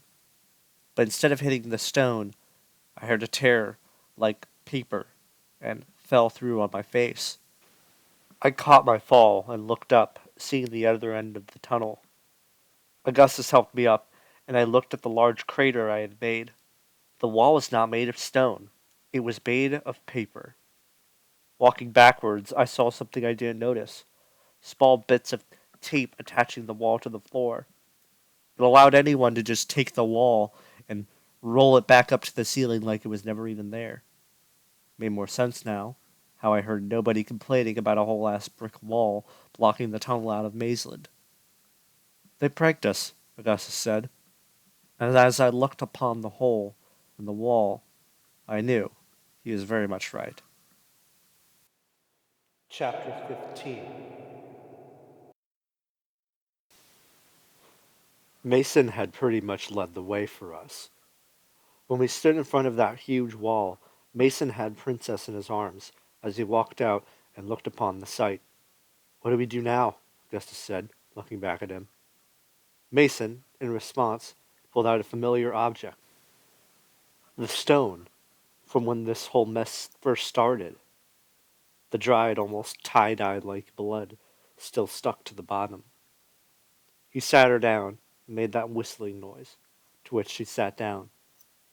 Mason bent down and handed her the bottom of the rock with the blood on it, and she sniffed it for a few seconds. I suppose I should be concerned how quickly she picked up a scent. All she did was sniff the ground and immediately caught it. They've been here. A lot. And that takes us to now. I took over the driving in the RV. It's only a straight road from here anyway. Definitely wasn't as hard as I thought it was. Augustus sat in the passenger seat next to me. Princess was at the kitchen table, curled up on the leather seats. The night air flowed in through the screen of the open window. Surprisingly, or maybe even concerningly, she still smelled the scent even as we drove. She would sit up every now and then and bark when she was losing the scent. Usually this meant there was a turn I had to make, but I was waiting for when she did so, and there were no turns I could have made. I presumed then we would be at our destination. I looked in the rearview mirror at the open door. The bedroom was at the very end of the RV. Mason and Paul had gone back in there and turned the lights off. I found myself looking back at the room multiple times. What if they're fucking? I thought. I smacked myself upside the head for that intrusive thought. No, there's no way they are doing that when we are literally not far at all away. I looked back again. Augustus, could you check on them? I asked.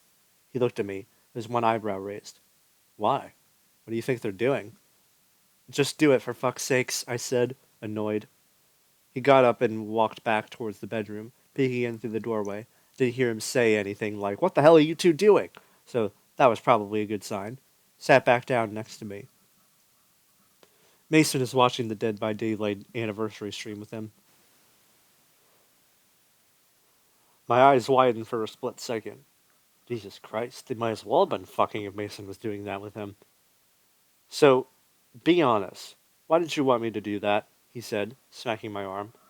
I thought about telling him. I mean, they both don't even know that I know. But I figured Augustus would want to know. Mason and Paul are together, I said. Augustus's eyes didn't even widen. Oh, that's it? I kind of already knew. I looked at him. How the fuck did he know that? Looked back at me and scoffed. Oh, come on, Benjamin. It's been pretty clear that Mason's into Paul. He laughs at his jokes. They started spending more time alone together recently. I was silent now that he was saying that. I started to see the signs as well.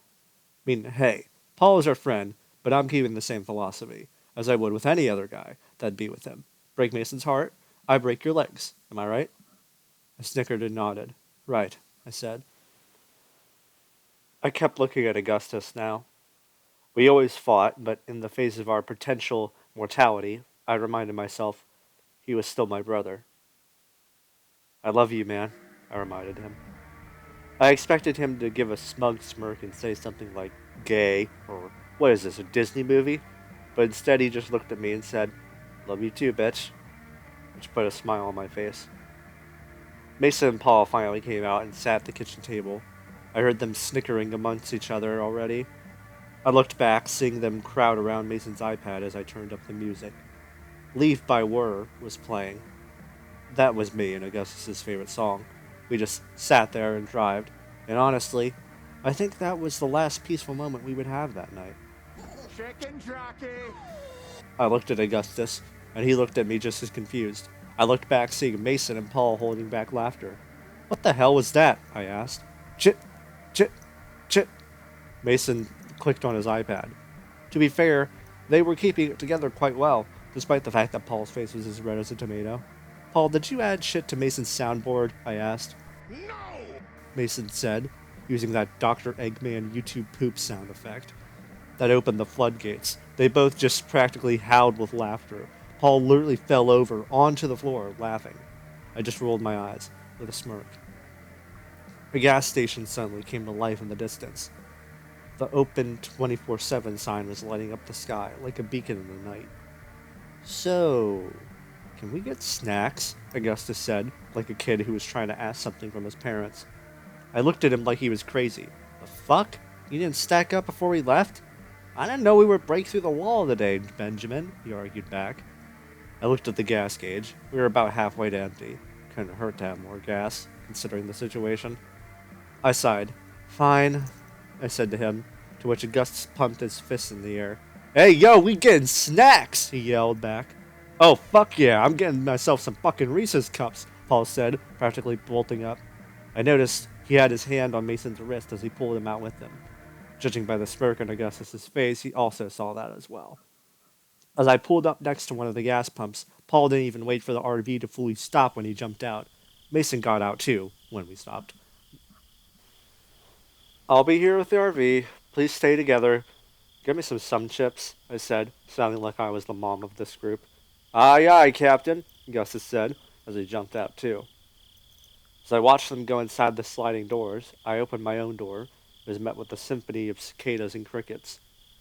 Using Mason's car, I put the nozzle in and waited. I leaned back on the RV and just stared into the dark forest. It reminded me of the forest from Slender, which didn't calm my nerves. Started to hear something strange. Sniffing. There was a lot of sniffing. I reached my hand in my back pocket, making sure my gun was there. I looked around and realized the sniffing was coming from the window. It was Princess. She was sniffing everywhere, frantically, like there were so many scents she couldn't keep track of it all. It was like the scent she was tracking is now stronger than it's ever been.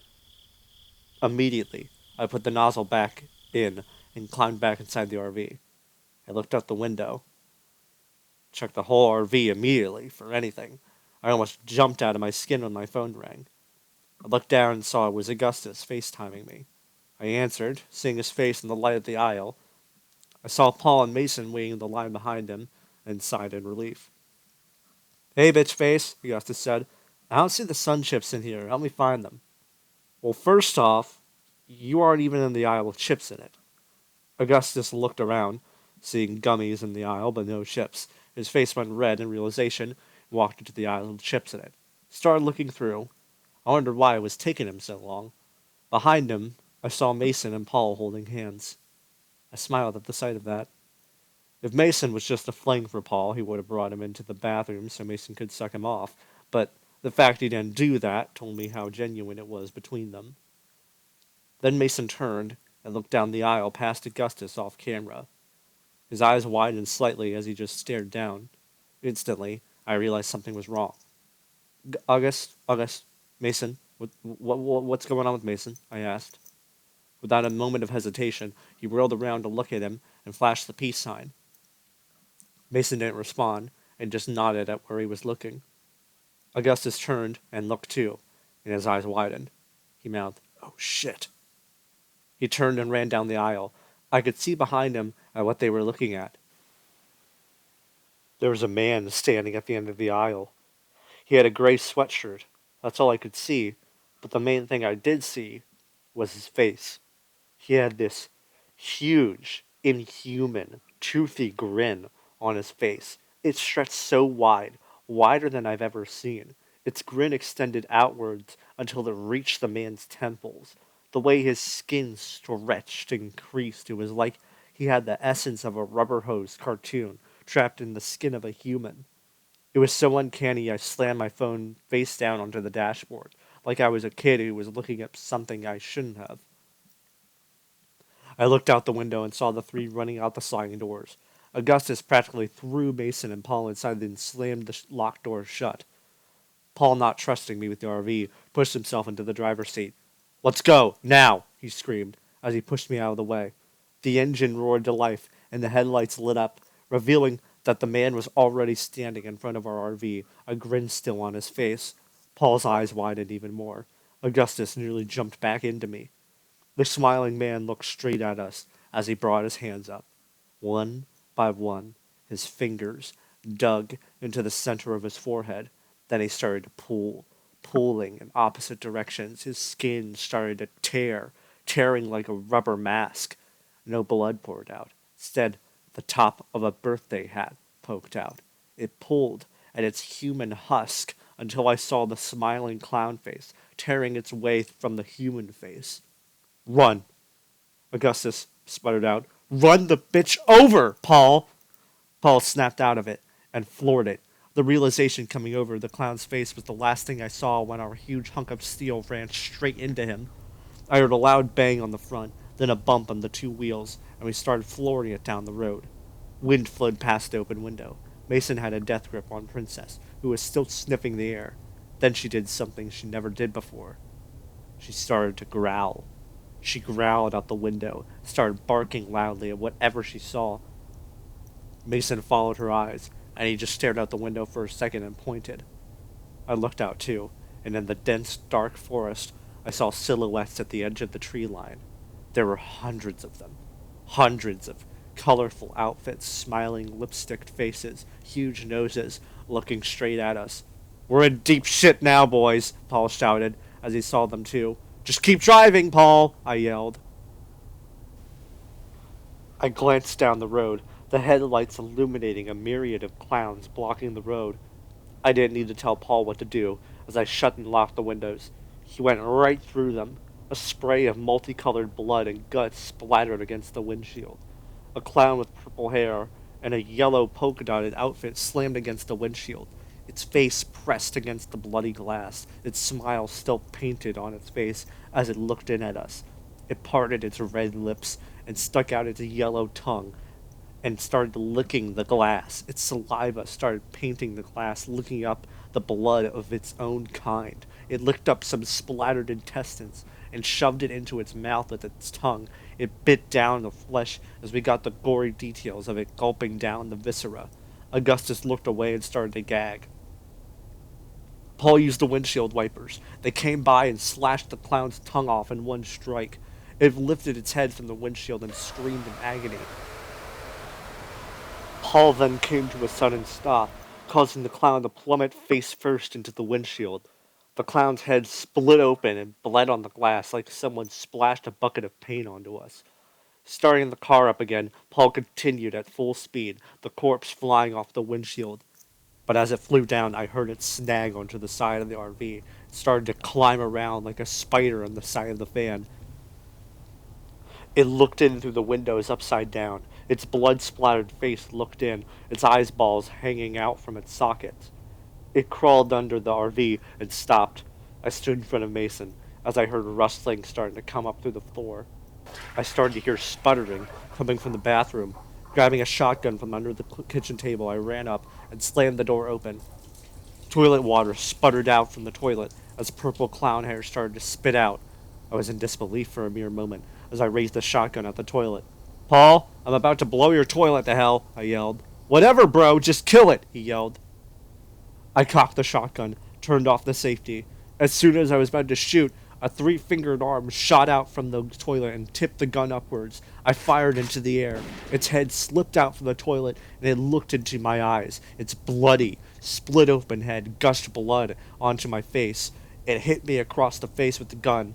I fell to the floor, seeing stars, my ears ringing. The pain stung the side of my head. I turned around, feeling like I had the worst headache of my life. The yellow, polka-dotted clown peeked its head out of the bathroom. As it slowly made its way out, Princess started barking rabidly at it. Ben, August, what's going on back there? Talk to me, Paul shouted. I never heard him shout before. My mouth wouldn't open. It felt like I had forgotten how to speak. The clown smiled and tilted its head at me, bringing up its finger and slowly wagging it at me. It reached out for me, but someone stood in its way. I looked up. The blurred vision made it hard for me to see, but I think it was Mason. He held Princess up like a shield. She snapped and snarled at the clown. The clown's hand stopped short of Princess, its hand shaking like it couldn't move any further to touch her. It looked up at Mason. I could see Mason's legs shake as it brought its hand up and backhanded Mason across the face hard. Mason fell to the floor with Princess. She stood in front of him, barking at the assailant. The clown looked back at me another time. A shot rang out. It reverberated across the walls. The clown's whole face peeled straight off in an instant as it was blown away by Augustus holding the shotgun. It stumbled back, half its brain now missing, and the rest of it slithering out and splatting onto the ground. Multicolored blood splattered everywhere. It stopped for a moment, and despite half of its head and its eyes missing, it still slowly cocked its head to Augustus. Augustus hesitated for a split second. He quickly glanced at me, then to Mason. Then his eyes got pinker than I've ever seen them before. As he stared at the clown and fired, what was left of its head was turned to chunks on the floor.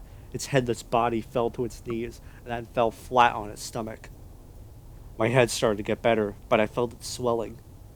Augustus looked back at me and Mason again. His eyes grew even pinker. He picked up the pickaxe from the side of the fridge and slammed it down into the corpse. There was a sickening wet thud when he threw it down. He started swinging into the corpse over and over again, painting the pickaxe's blade with blood. He must have swung about 25 times, grunting in anger with every single swing. I got up from the floor and I held him back like I had many other times before. Augustus, stop! It's dead! He still kept swinging the pickaxe in midair, his eyes slowly going back to its normal color. He absolutely brutalized the clown's body. There were stab marks littering the corpse. Okay, are we good? I didn't see any more on the road, Paul yelled finally. Yeah, we're good, I said back. I was about to reach for Mason, and what seemed to be clown noses started to roll out of the exposed esophagus of the clown. Only when the noses started to emit a purple gas did I know what they were. Paul? Paul! I screamed, realizing he was the first to get hit with it. Paul just fell, face down to the steering wheel. The RV started speeding down the road. I grabbed onto Mason as I saw we were about to hit a tree at full speed. The hit was immense. Augustus flew forward as he lost his grip on me. His head hit the roof and knocked him out immediately with a metallic bang. I lost mine on Mason and was in midair for a few seconds when I finally fell back down. The wind was knocked out of me. I took a deep breath and realized I was breathing in the gas. I looked up at Mason, consciousness fading. Hey, Mason! Mason tore off a piece of his shirt, making the whistling noise to Princess. The gas was closing in on them. I love you. Mason looked at me one more time, panic in his eyes, and everything went to black. Chapter 16. I walked around the corner of our house. There I saw Augustus, his arms wrapped around his knees and his head in them. After the fight he just had with Dad, I'd almost expected this.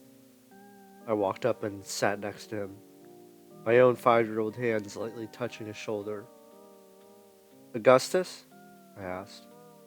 His head shifted a little. Yeah? Well, he didn't blow up at me, so that was a good sign.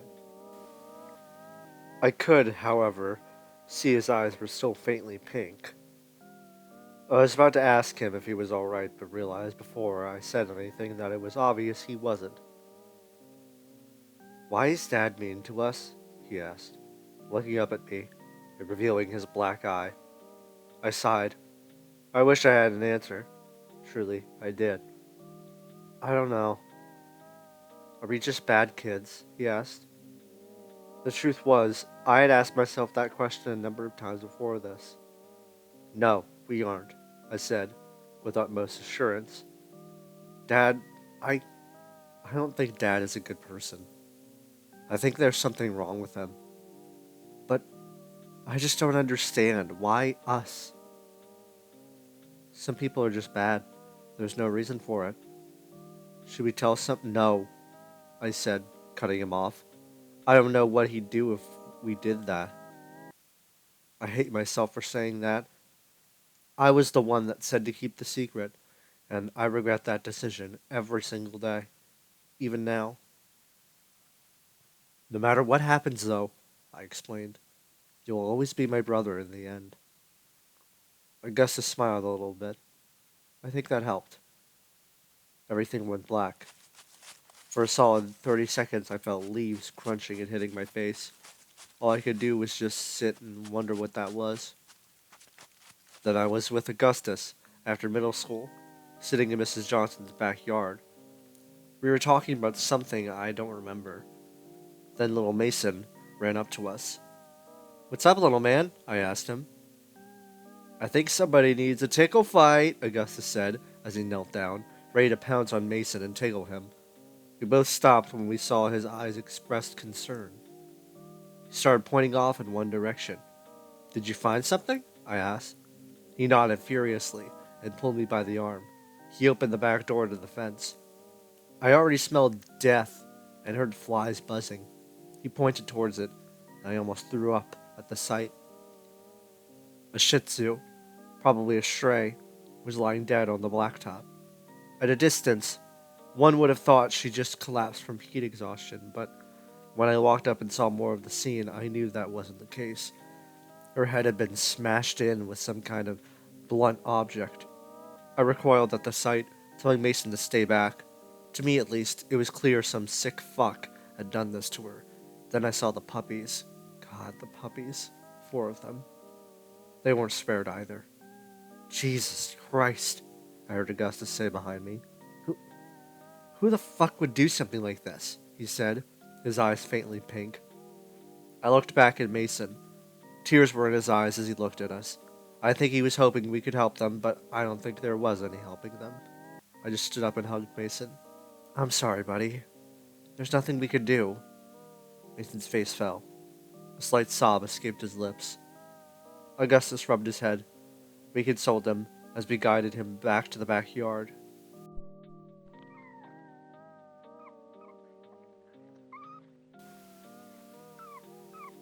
My ears perked up when I heard it.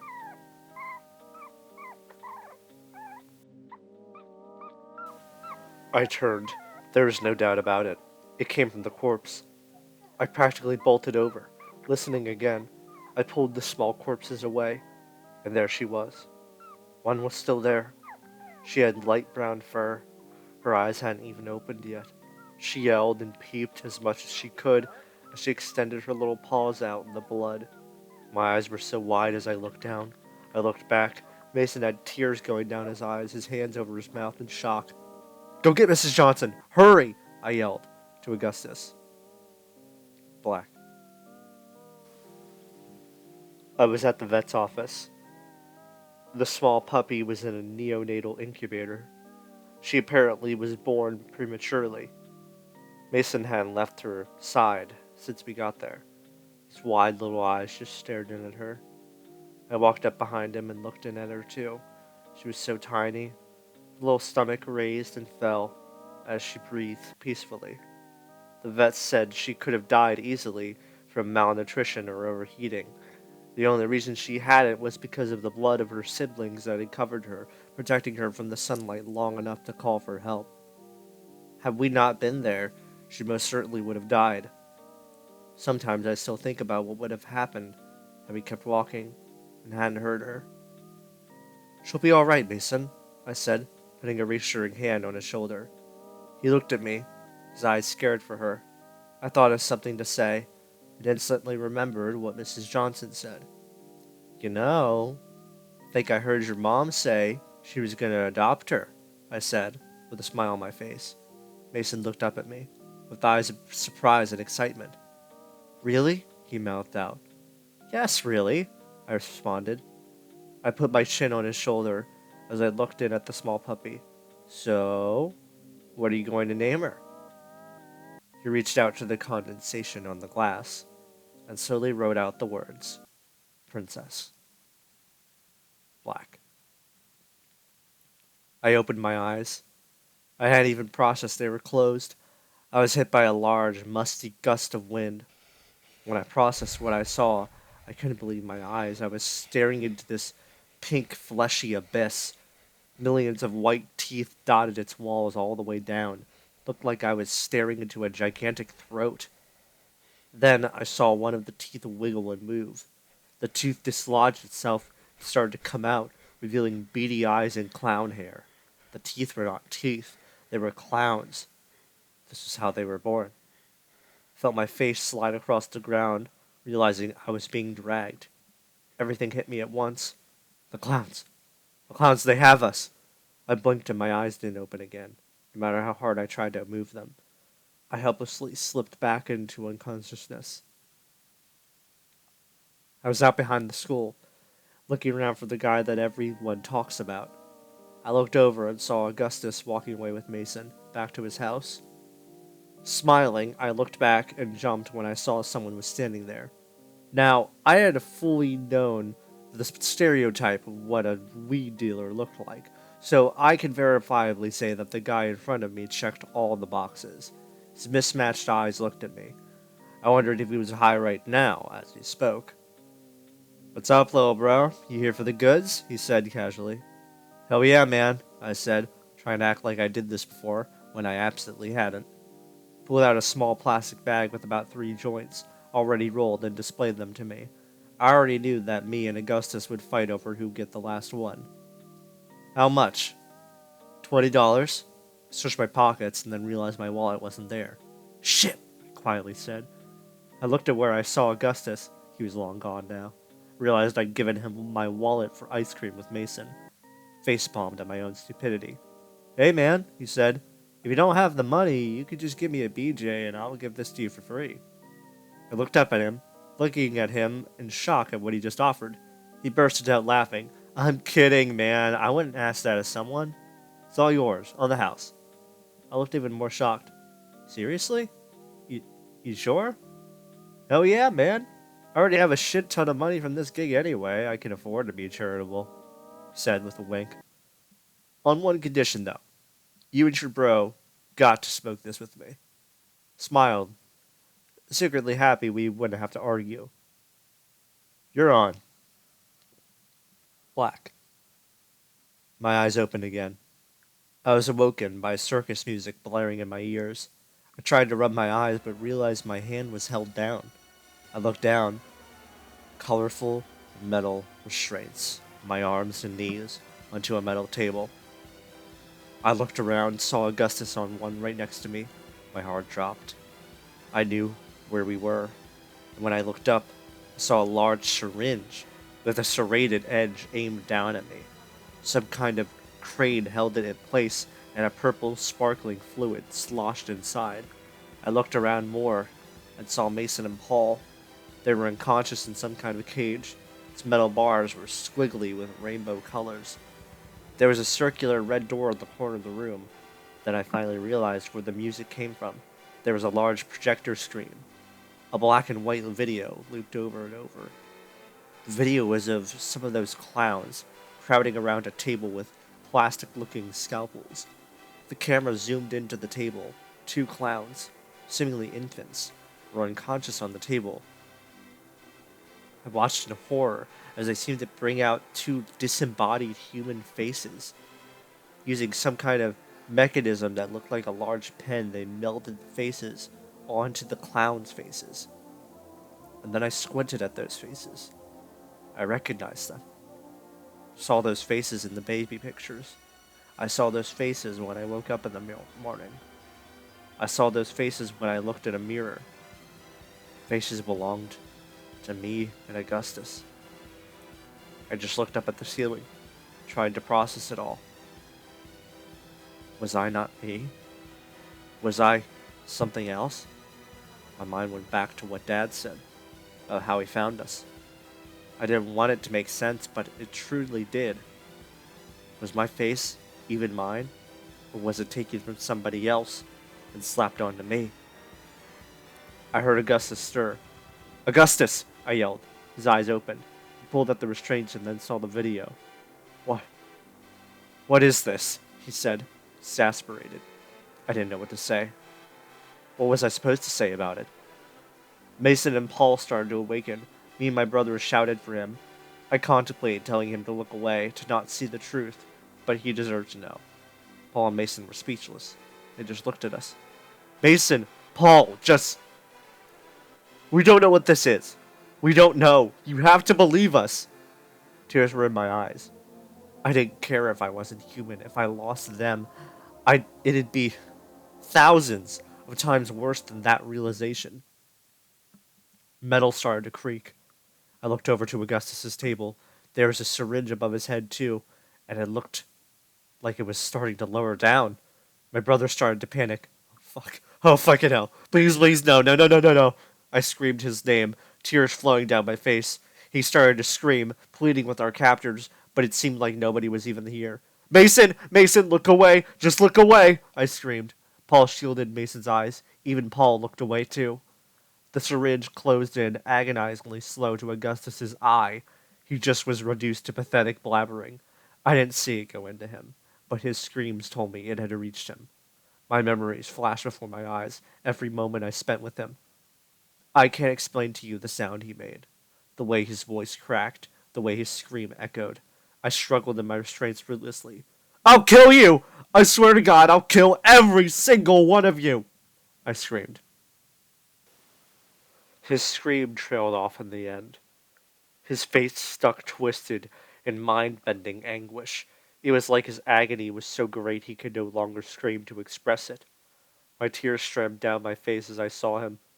August! Then the crank above me started to stir. My heart sank even more than it already had. No, no, no, no, God, no! I screamed, trying everything to get out of my restraints.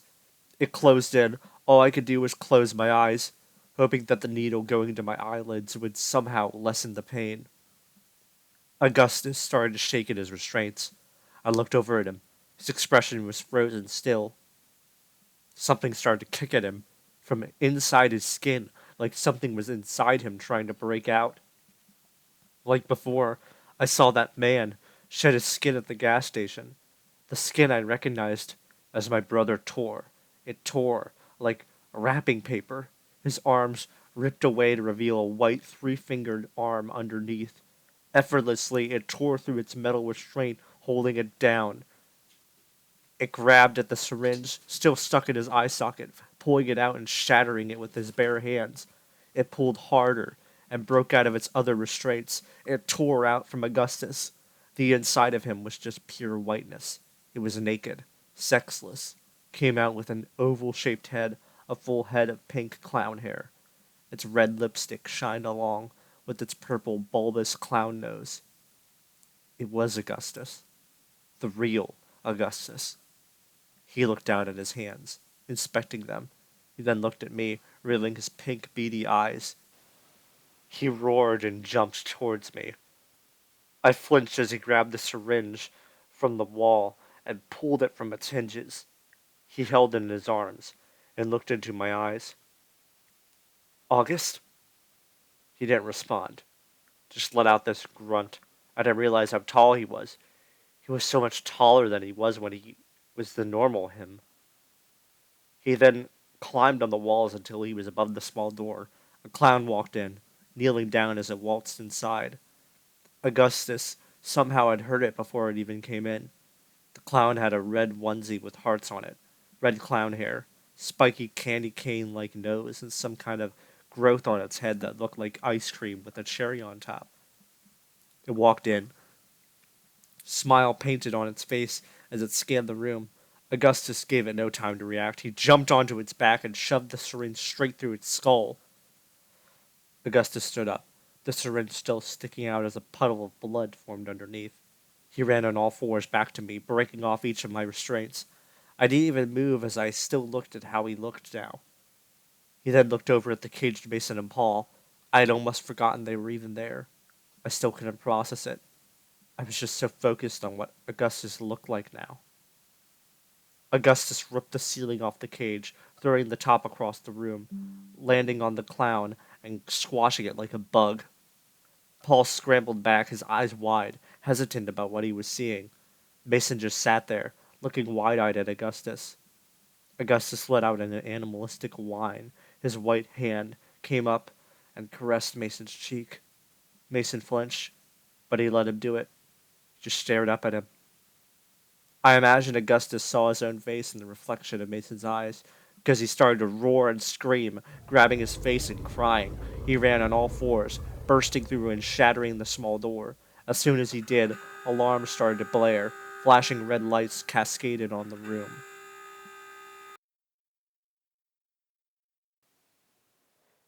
Chapter 17.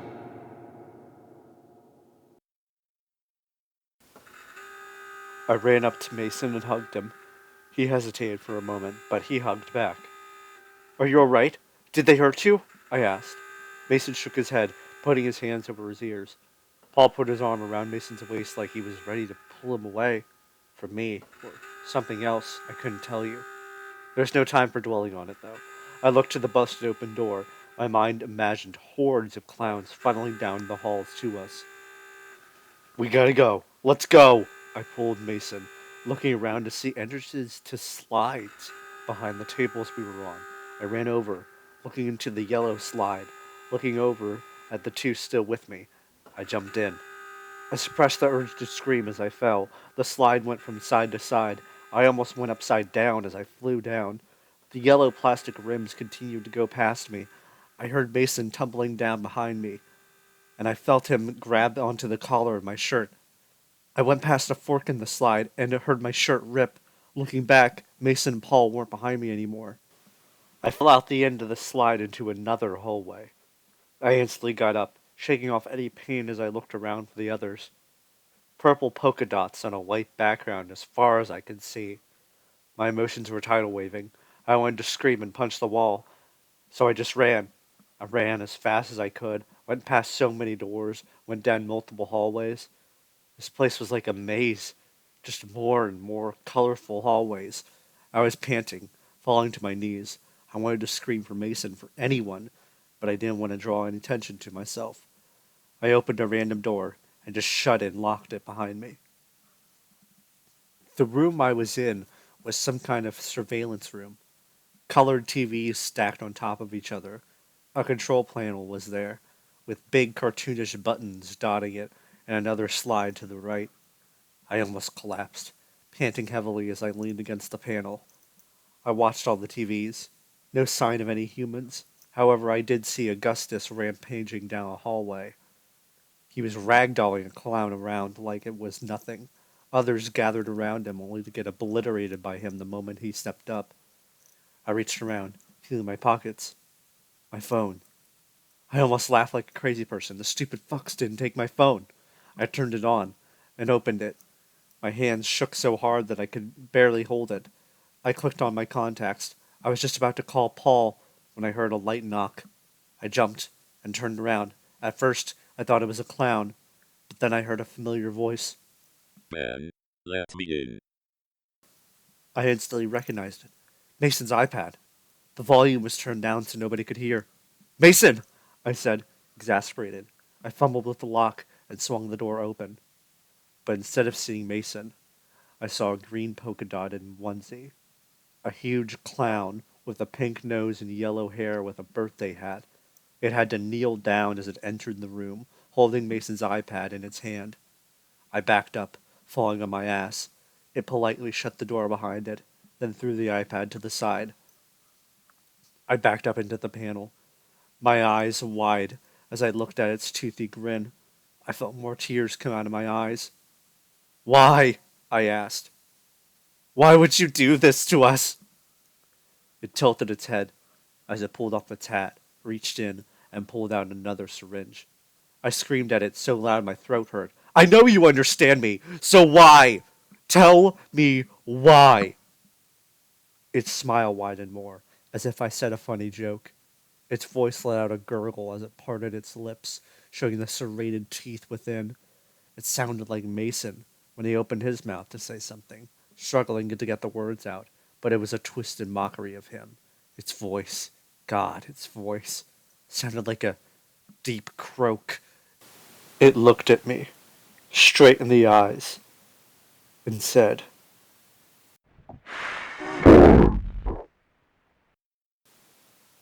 I just listened, dumbfounded. Fun. All of this was for fun.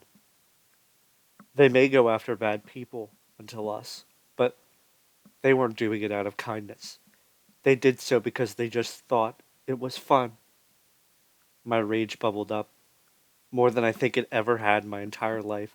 What if I can't get Augustus back? What if he's stuck like how he is forever? What if I can't have the life that I dreamed of? My face turned into a vicious snarl. They're taking everything from me. Everything I've ever wanted. As Clown adjusted its birthday hat back onto its head, I lunged forward. It didn't expect me to bum rush it as I punched it square in the jaw. It fell backwards onto the ground. I felt so much anger, so much hatred. I never thought I could hate something more than my dad, but at this moment, I did. The clown got back to its feet. It jumped at me and snapped its jaws like a crocodile, just missing my face. I held its head back in my hands. All I was seeing was red. All I wanted to do was hurt it. I reached my hand up and grabbed its big pink nose, squeezing as hard as I could. I started to pull. I pulled and pulled as hard as I could. The clown started to roar as I heard the sound of flesh ripping and tearing. I pulled the nose harder. It started to come off. Blood started to pour from its nose. I saw the tendons start to tear outwards. It roared and wailed as it tried to rip me off of it, but I wouldn't budge. I fully pulled the nose off. It fell to the floor with a wet slap. The clown held its face roaring and screeching in pain. I punched it again. It was back on the floor. Then I just kept punching and punching it over and over. Blood surged from its mouth. Its teeth skittered across the floor until there were no teeth left to punch out. I grunted with every punch as I gave all the strength I had. I punched until my knuckles bled. I pulled it to its feet and threw it face first into the control panel. It slid down, the rainbow blood left in a trail. I ran up and curb stomped its head as hard as I could. I grabbed it by its stupid hair and slammed it into the panel as hard as I could. The buttons broke. Face prints of blood tattered the panel, and I threw the clown back to the ground. I was panting even harder than I did when I was running. I stopped myself from continuing, trying to calm down. I had never been this irrationally angry before. It scared me. It scared me shitless. But then I saw it weakly raise its hand, and just like that, all judgment was clouded yet again. I grabbed the syringe. I looked at the serrated edge, imagining it going into my brother's eye, and I got angrier. I got on top of the clown and stabbed the syringe into its chest. Blood splattered all over my shirt and my face. I dragged it down its chest, down its stomach, making a large blood incision. I grabbed the flaps of flesh and ripped it open, revealing its organs and ribcage inside. I grabbed its ribcage and pulled it until it snapped completely. I threw it to the side, reached into it, grabbed its still beating heart, and ripped it out. I crushed the wet, soft organ in my fist. Finally, I stopped my assault, dropping the crushed organ, and let out a deep breath. I stood up, looking what I did. The clown's face was caved in, its organs exposed. I was still trembling, still breathing heavily. I looked to the side at one of the TVs. I saw my reflection in it. I was drenched in the clown's colorful blood, but my eyes had turned to the brightest yellow I had ever seen. They slowly faded back to their normal color. I am one of them. Is this my nature? Is this violence just who I am? What if I go back to my life in that shows? What if I end up like Dad? I grabbed my head, punching myself at the thought. No, I can't be like Dad. If I'm like this, what if I do something to Mason? I have to calm down. I need to just calm the hell down. I reached into my pocket. My wallet was still there. I reached in and pulled out the pictures again. This one had to be my favorite. It was when we first brought Princess home. Little Mason was holding the small puppy version of Princess, smiling with joy at the camera. I smiled back at the picture, like Mason was actually there, smiling at me. I took another deep breath, wiped my face with the blood. Then I started to hear knocking at the door. There were so many knocks, all at once, in unison. I stumbled back, going to the next slide entrance, and braced myself as I slid down. Chapter 18.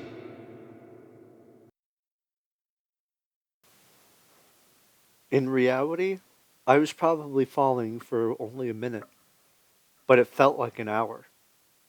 When I finally got to the end of the slide, I got a face full of colorful plastic balls. I shifted around and got up, seeing where I was. I was in a dark ball pit. There were tunnels, like those colored tunnels you'd see at a play place at McDonald's. I spit one of the plastic balls out of my mouth. None of it mattered. None of the weirdness mattered. I just needed to find Mason and Paul. I swam through the ball pit to land. However, halfway through, I felt something brush my hand that wasn't a ball. I grabbed at whatever it was, and I instantly dropped it when I saw it. It was a human skull, with smiley faces drawn all over it. I immediately swam faster, hopping up on the soft carpet. There were entrances to different tunnels all around, each with a glass door. I was hoping I wouldn't have to go into one of the cramped tunnels, but my luck has been failing me lately, if you haven't realized that already. It didn't seem like there was any other way but through. Didn't matter though. I'd go through anything to find those two again. I opened the door to the blue tunnel, and I poked my head in. I could hear my own breathing in the small, cramped space. I heard a rustling in the ball pit behind me, like something just fell in. I whirled around. There was only silence. I took that as my cue to get inside. I climbed in and shut the door behind me. I started crawling through the plastic tunnels. It was hot in there. So hot my breath hit my own face as I crawled. Felt my ribs poke at the bottom of the tunnel. I hoped to God my weight wasn't enough to send me falling straight through. I looked up a little bit and saw an opening. I sighed in relief and pulled myself out. The air was cold in contrast to the air in the tunnel. I was on a small platform overlooking the ball pit below. Looking down, I realized just how big and expansive the pit was. It just kept going into the darkness like a never-ending sea of color. Then I noticed something crawling inside. The colorful balls parted as a shape emerged from them. It crawled outwards on four legs. My eyes squinted as I looked down at the shape. It was a dog. No, not a dog. It looked like a wolf. It moved with agility on its four legs, sniffing the ground around the tunnel's entrances. What separated it from something normal was that it was purple. Not just purple, but I could kind of see through it. Then I realized what I was looking at. It was some kind of balloon animal. It then looked up at me, revealing its red eyes staring up at me, and let out this low demonic growl, its snout crinkling upwards threateningly. With swiftness that was true to a wolf, it crawled into one of the other tunnels, the red one. Determined to not meet up with that, I continued into my next tunnel. This one easily was worse than the last one. The heat seemed to concentrate even more in here. I climbed forward, and I could hear the echo of something moving further down in the tunnels. My hands and knees started to ache from being on them for so long when I reached another exit. I crawled out for a moment to catch my breath and to rub my aching limbs. I was on another larger platform. Looking ahead, there were these colorful foam pillars hanging from the ceiling with colorful netting as the floor. I swore to myself, this place, it just keeps going and going like it never ends. I got up, continued my trek, balancing myself on the netting floor. The gaps were clearly wide enough that a person would most certainly fall through. I kept batting at the foam pillars to get out of my way. A few times I got bopped by them like someone just pushed one into me, but I think I was getting more paranoid by the second. Without the slightest hint of a warning, a wolf's jaws shot up from the gaps in the netting. It latched onto my foot, and I felt the cold teeth like daggers digging into my flesh. I screamed as it pulled me down through the net onto another floor. The wolf got right on top of me, and I got a full view of the grisly details. Dried blood stained its purple teeth, its glowing red eyes barred into mine with animalistic fury. It bit into my forearm, pulling so hard I thought it was going to rip from my socket. I screamed in anguish, its rabid snarls muffling my screams. Some of my own blood got into my mouth as I punched it in the face, but it had no effect. My fists would just bounce off like a balloon would. It tightened its bite, and I could feel its teeth scraping against my bones.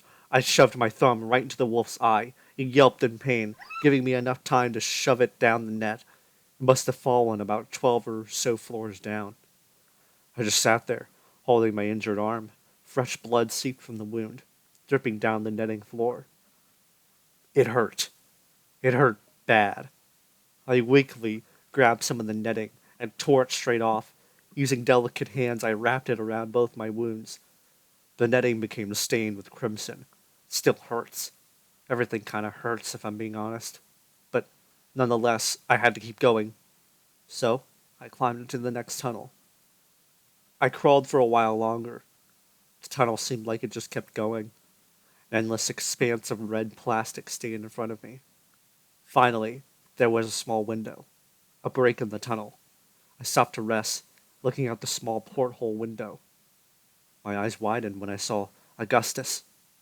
He just massacred a whole group of clowns. He looked pretty much how I looked at the moment. I banged on the glass. Augustus! His head cocked up, looking up at me with his beady pink eyes. August! I said, breathlessly. I put my hand on the glass. He came closer and put his hand on mine. I smiled. I was afraid he wouldn't be the same person I knew when he changed, but it was clear. He knew who I was. He still remembered. August! You gotta find Paul and Mason. I lost them. His eyes widened at their names. Please! I just broke down again, imagining something happening to them. Please, you can't let anything happen to them. We can't. Augustus nodded his head at me. August, I won't be able to live with myself if these clown pieces of shit hurt Mason. I couldn't do it, man. Everything started to pour out to him. And you, I want you to know that no matter what we are, I want you to know that I will always love you. You will always be my brother until the end. I swear it. I put my forehead on the glass. Augustus's eyes softened at what he heard. He put his forehead on the glass as well. I slowly took my head back after a while, staring into those pink, beady eyes. It was hard to believe my brother was in there. That what he was what was inside of me as well. I looked to the side. I still had more crawling to go. Okay, I have to go. August, please just try to find them. Augustus nodded, but he still watched me crawl away, making sure that I was all right. My knees and elbows started to hurt again, going down that silent red tunnel. Kinda was happy Mason and Paul weren't here to experience that too. It was just the sound of me crawling for a while, until finally there was an end. Crawled out onto the mat floor and just sat there. I looked up and saw a hallway. Thank fuck. No more fucking play place. I took no time to rest. I had to find the others, somehow. Then, I heard a low demonic sounding growl behind me. I froze in place. Already knowing what was waiting for me, I closed my eyes, letting out a shaky breath. I whirled around, the wolf pounced on top of me. I grabbed its snout as it snarled and snapped at me. One of its eyes was closed, and it looked even more pissed off. I tried to hold it back. It was so strong. It snapped further and further until it was dangerously close to my neck. My only thought was that I couldn't die. This couldn't be it. I was so tired, so exhausted from my trek through the tunnels. There was a loud pop. The wolf's eyes widened as it started to deflate. Its glowing red eyes started to dim. Its skin rippled as a high-pitched noise sounded out. Finally, just laid flat on the ground, revealing Princess, biting down on its knee. She growled as she threw it around in her mouth, even though it was clearly dead. Princess! I blurted out. She looked up at me, looking rather unscathed, as she lifted her leg and pissed on the balloon. Despite the fact that I almost died, I giggled at that. Once she was done, I hugged her and petted her and kissed her, something I thought I'd never do with Princess. Princess, you are such a good girl, I said under my breath. She seemed to let me do this for a few seconds until she jumped out of my arms. The fact she even let me do that was surprising. She looked down the hall back at me and then yipped. Was she trying to tell me to follow? It occurred to me that maybe she knew where Mason and Paul were. So without hesitation, I let her lead the way. Chapter 19. I followed Princess for quite a while, trusting she knew her way back. The fact she didn't stop at all as she walked told me she was certain of where she was going. This place was huge, wherever it was. Hopefully, we aren't on another planet or a remote island and we could just walk back home. The halls were devoid of clowns. Most likely their efforts were focused on Augustus. Augustus? What are we going to do with him now? No, I'm not thinking of that right now. I looked at our surroundings. The whole place was like the set of a kid's TV show. Colorful polka dots everywhere, round doors, random playground equipment. I'm sure anyone would have gathered this was their home base by now, but I was so focused on everything else I didn't realize that's what this was. Then this meant Mason's plan worked. We set out to find their hideout, and I think we found it. Mason. God, I am going to give him the biggest hug I've ever given when I find him. Princess stopped at one of the doors and started to scratch at it. I heard rustling inside. The door opened a crack, and Paul's green eye peeked out. Paul! I exclaimed. At first, I thought he wouldn't trust me, that he wouldn't let me in. But Paul instantaneously opened the door. The room was some kind of janitor's closet, but with random toys instead of cleaning supplies. I didn't care, though. As I saw Mason sitting against the wall, he stood up when he saw me, his eyebrows parted slightly like before. I ran and almost tackled him as I hugged him so hard I thought I'd break him in half. Holy fuck, you're okay, I said, as I spun him around in my arms. I sat him back down and looked him in the eyes. You are okay, right? My smile faded when I saw his eyes were puffy. He hugged me back and sobbed into my chest. I immediately knew why. Augustus. He was upset over him. I heard Paul shut the door and lock it behind me. Hey, it's all right, man. Augustus is going to be okay, I said, with a comforting voice. Mason looked up at me, just like how he looked up at me when I told him Princess was going to be his dog. I'm serious, man. You saw him. He still has his memories. He's still him. Maybe he can change back. We don't know. That seemed to ease him. Mason slowly sat back down. Princess came up and started to lick away his tears. I sat down with him, letting out a breath I didn't know I had. Paul sat next to me. So, the hell happened to you? He asked, gesturing to my bandaged wounds, my shirt colored in dried clown blood. Long story short, fuck this place, I said. Paul snickered. Amen. We sat in silence for a minute. So, I hate to break the calm mood, but what do we do now? Paul asked. I looked at Mason, waiting for him to speak, then realizing he didn't have his iPad. Sifted through my pocket, pulled out my phone, seeing there was a large crack in the screen. Well, that's the shit topping on this shit Sunday that is today, I said. I unlocked my phone and handed it to him. Mason used Siri on my phone to speak. There might be some kind of self-destruct button. It may be stereotypical, but I am grasping at straws here. Did anyone see anything when they took us here? Paul shook his head, but then I remembered fading in and out when I came here. I remembered seeing that big, whatever the fuck that was. I sprang up. I did. There was this... I fumbled with my words trying to describe that giant throat. There was this thing. Alright, listen. All you have to know is that it was birthing new clowns. Paul's eyes widened. Please tell me it wasn't a giant vagina. I looked at Paul, flabbergasted. No, it's not a giant vagina. Why would you think that? Paul shrugged. I mean, you said it was giving birth, so, you know. He looked at Mason. Even Princess was looking at him. I'll shut up now. I shook my head and looked back at Mason. What's the chances that it's like some kind of hive mind? Like if we kill that, we kill all of them. Mason thought for a moment. Probable. At the very least, killing it stops more from being made. Where was it? That's where I stopped. I don't remember. Mason sighed, mouthing the word shit. Paul casually pointed up at the wall. There's a map. I looked at him, and then at the wall. There's a map? I looked and saw that indeed on the wall was a map reminiscent of a circus directory.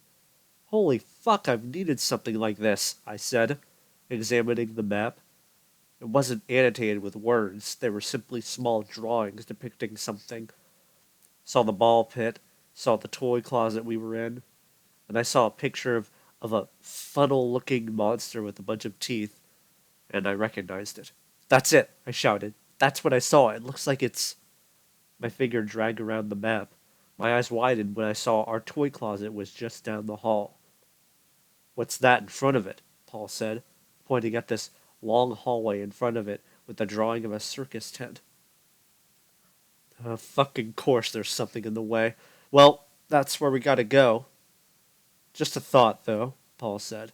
If we kill this thing, and it dies, kills all the other clowns, does that mean it will kill Ben and August? I looked at him blankly. But those words scared me. 'Cause they made a lot of sense. No. Mason piped up. You slapped August before, remember? Back at the school when I was attacked. You didn't burst into flames. And there's plenty of times you and August hurt someone by accident. If that happens, I don't think it should affect you. Mason put me at ease, as he usually does, but now we had a new problem. We had to get through whatever it is that circus icon meant. I opened the door, poked my head out. I looked around, checking that the coast was clear. The halls were still empty. Keep finding myself thanking Augustus for that. I looked down the hall. There was a pair of double doors at the end of the hall that I missed. Looking back at the two following me, Mason was carrying Princess, so her nails didn't make noise. I stood next to the double doors. The rooms were far from empty. It sounded like some kind of celebration. Heard laughter, sounds of machinery, circus music playing in the background. I peeked in through the crack in the door. I could see two steel doors, but in between there was almost hundreds of clowns. Colorful clowns were everywhere. There were carnival game stands everywhere and straight lines going up and down. A merry-go-round in the middle. I explained what I saw to the two behind me. What the fuck? Paul said. Shouldn't they be trying to get a hold on August? I shivered at the thought that they had done just that. I looked in again. My eyes were set on a dunk tank. That there was clowns lining up to play. But what caught my attention immediately was that a person was there. He was tied up on the platform being ready to dunk. Instead of water, the water was green and bubbling. It took me a second to realize that it was acid. The man had pissed his pants in fear. He was shaking as a clown threw a ball and just missed the target. The next one was luckier. The target was hit, and the platform fell out beneath him. He screamed bloody murder as the acid bath turned blood red. I could hear his skin sizzling from all the way over here. Another clown went to the side of the booth, opening another door and revealing people stacked on top of each other inside. It played Eeny, Meeny, Miny, Mo and chose one to take the last victim's place.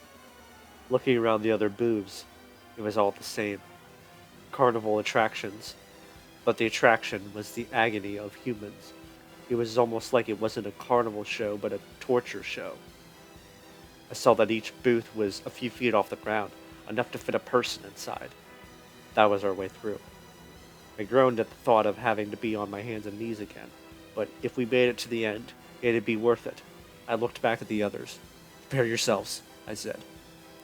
I waited for the closest booth to be devoid of clowns, which took a while. But when I had my chance, I quickly ducked in under the booth. One by one, Mason, Princess, and Paul followed. Princess led the way, as she didn't have to do much crawling at all. Lucky bitch. But the worst thing, I think, was that I had a front row seat to all of it.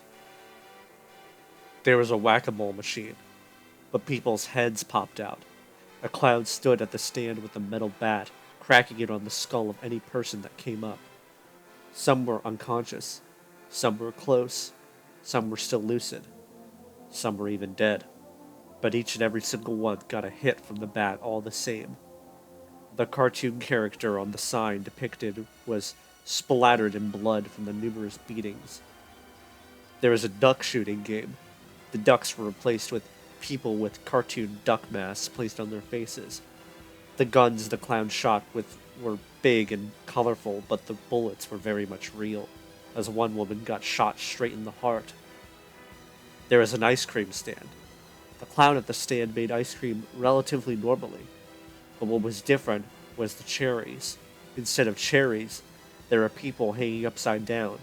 The clown would reach out and pluck one of their eyeballs from their socket and place it on top of the cone.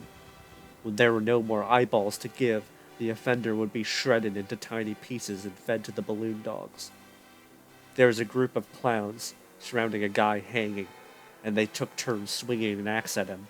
His lower half finally was cut off, and his guts spill out. The clowns gathered around and shoved his organs in their mouths, chewing loudly. What bothered me was that I didn't care. I didn't care about their suffering. They were here for a reason. I felt like a normal person would care, but I didn't. Whatever they did just made it all null and void for me. I could tell now. I was like them. I shook my head as I continued on. There was a large gap in the stands. The merry-go-round was to the left, a group of clowns crowding around a TV to the right, and in the middle were the doors. The merry-go-round was just like the rest, gory. It involved humans. The horses were instead human corpses in different stages of decomposition. Some were reduced to skeletons. The skeletons revealed the metal rods that were placed in their bodies, forcing them into an on-all-fours position. The ones that still had skin had nails in their cheeks, twisting to force their faces into an eternal smile. I almost wanted to laugh in a wow, that was really fucked up sort of way when I saw Dad's corpse go by. To the right was a couch the clowns were sitting on. They were watching security footage of Augustus tearing apart a group of their own kind. So Augustus wasn't captured. What the hell were they doing here then? Then, when Augustus tore a clown in half, the clowns pointed and laughed at the scene. They laughed so hard their white faces were tinted red. Now I know why. They don't care. They just find fun in anything. Everything they do is for fun. If they didn't die when killing an innocent, they would do just the same horrible shit to innocent people. As I watched the screen, seeing Augustus escape into one of the slides, I realized it. No, I'm not like this. I'm nothing like them. I would never hurt someone I love. And when I saw that clown that I brutalized earlier lying dead on the table alongside the one Augustus killed, when I watched a clown take a knife and a fork, cut a piece of the corpse and eat it, I knew they would absolutely do so. I am not a sadist. I'm not a psychopath like them.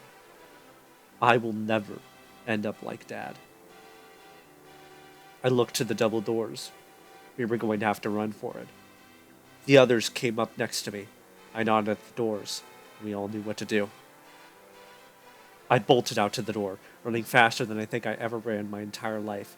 I swung the door open with all my might, causing a loud creak. Mason, holding Princess, and Paul funneled in. I took one last look out as I saw all the clowns in this fucked up circus had stopped and looked straight at us. I slammed the door shut, instantly feeling the change of air into something more musty. I found the lock, locked it without hesitation. Almost immediately I heard the knocks again, but I ignored it. The door was metal. They couldn't get through.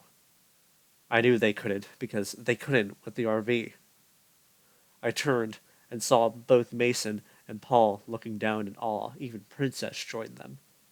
The loud, musty breaths of the dormant beast below blew their hair back. I looked down too. It was just as disgusting as I remembered it. Slime and saliva flew out of its gaping maw with each breath. I felt the hot breath, and then I smelt it. It smelled like raw shit on fire. Jesus Christ, Paul said. Yeah, it definitely looks like it does something important. Smells like shit, though. Looked to Mason. So, how are we going to kill this thing? I asked. He just kind of stared down, like he knew what had to happen. Almost like he was reading his thoughts. Paul said it. One of us has to jump in. I looked at him like he was crazy. What? Paul looked at me. His eyes were no longer mismatched. It's how they die, right? If we want to kill this thing, that's how we have to do it. Paul was silent for a moment. I'll go. I grabbed him by the shoulders and shook him. No, that is not happening. Nobody else has to die, Paul. We just have to think this through. We can find a way. I looked to Mason. He nodded, clearly not liking the idea. We could combine something to make it explode, couldn't we? Paul pushed past me and looked Mason in the eyes. His hand on his cheek. Babe, he said. It was the first time I heard Paul call Mason that. You're the smartest person I know. You know I'm right. It sucks, but this is how it has to go. Mason just looked into his eyes. Paul kissed him. It was the first time I saw that, too. Paul, stop with this, man, I said. You don't have to kill yourself. Why not? Paul pulled away from Mason and looked at me. What? Why not? Paul repeated. I was shocked he even asked that. Look at me, Ben. Look at me, Ben. I deal weed for a living. I live out of a fucking RV. His words reminded me of when Mason confessed to him. You have so much to live for, Ben. I don't.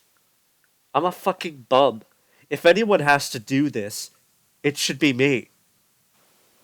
My mind raced at what he was saying, trying to bring something up. I was about to say something when a white blur tackled Paul to the ground. I jumped back, realizing it was a clown, a baby clown, with green hair and a green nose. It bit into the top of Paul's head. He screamed, hearing Paul scream. It seemed almost like an oxymoron. He was so chill that he never raised his voice. So hearing him scream that ear-piercing, soul-haunting scream almost made me want to vomit. Get it off! Paul screamed. I snapped back to my senses and pulled the baby clown from Paul. It flailed its arms and gnashed its teeth, sending strings of Paul's blood flying from it. I threw it back to the giant throat, but it caught itself, landing in front of Princess. It snarled at her, and threw a scratch at her, but stopped when it realized it couldn't touch her. Princess snarled back, and then bit into the clown's neck. Its blood sprayed into her hair as she ripped its throat out. This was followed by Mason kicking it like a football into the gaping maw of its birth giver. But more, with their snapping jaws, climbed up from the abyss. Mason grabbed Princess and jumped back. The tinier clowns had these snarls that sounded like a snarl and a laugh at the same time. Mason clutched Princess, holding her up like a shield. They continued their advance. Princess wouldn't stop all of them. I heard a bang from above. Looking up, I saw the exit to a slide on the ceiling. Augustus fell through, stomping two baby clowns to paste. They turned and hissed as they dogpiled on top of him. Augustus pulled them off one by one. Get him, August! I screamed. Kill those little shits! Augustus continued. It seemed like he was going to get them off. As the baby clowns started to actually retreat, Augustus's pink eyes looked at us, and then he looked down to the abyss below. My eyes widened when I realized what he was doing. No, no, no! I sputtered out. August, please, no! August gave one last look at me. As he stepped to the edge, he smiled, bringing up his white fingers and flashing the peace sign. And then he fell back into the abyss. I screamed bloody murder. I screamed and tears fell down my cheeks. Paul held me back as it looked like I was going to jump off after him. I screamed so loud my voice gave out. I screamed and screamed until everything went white. Everything was white for about a minute. Slowly, vision came crawling back. I was still in that room. I looked at either side of me and Paul and Mason were still there. I ran to where the giant beast was. I looked down. Gone. Just a really, really big room left in its wake. I heard no more knocks at the door. Slowly, I opened the door. No resistance. Looking down the circus, there was nothing but carnage. No clowns. I walked forward and just fell to my knees. My memories, with Augustus, filled my head. My brother, Augustus. He's gone. Not even one last, I love you, bitch. The other two were quiet behind me. I felt a hand on my shoulder. I looked up at Mason, his lips trembling, his eyes filled with sadness. He hugged me. He hugged me as hard as he could, and I hugged him back. I cried so hard. I don't think I've ever cried with such despair in my entire life. Paul sat next to me. He wasn't crying. His eyes were still wide with shock at what had just happened. Princess sat in Mason's lap, trying to lick away our tears. My eyes opened after being sealed shut for so long. I almost thought I saw my brother there. But he wasn't. He was dead. I looked down at my hand, and then saw a white light coming from it. I looked at it, my eyes widening when I realized what it was. Mason, I sputtered out. I showed him my hand. The light started spreading up my arm. Mason's eyes widened. More tears came down. Mason had been right about a lot of things, up until now. I guess when he said I wouldn't be affected, that was the first time he was wrong. Mason, no, no, no, no, no, no, no, I don't want to go! I exclaimed. I was so close to having the life I wanted. I was so close. So fucking close. Mason put his hand on his head, trembling as tears streamed down his face like raindrops down a window. I looked at Paul. He scooted back. I saw the tears starting to come from him, too. I banged my fist onto the ground, screaming at the top of my lungs. No! Please! Please, God, don't make me go! I want to stay! The fear of death kicked in. I trembled as I realized this was it. I had gotten a taste of a life with Mason, Augustus, Paul, and now it's all going away. He'll be okay, Paul said. I looked back at him, the white light cascading all around. I promise he'll be okay, I swear. His voice cracked. I swear, I'll always keep Mason safe. My eyes softened at his words. I was about to say thank you when Mason hugged me one last time. I hugged him back yet again. Surprisingly, it didn't really hurt at all. I heard Mason, his voice. He spoke. I heard his voice one last time. I love you. I love you too. And then everything went white. Chapter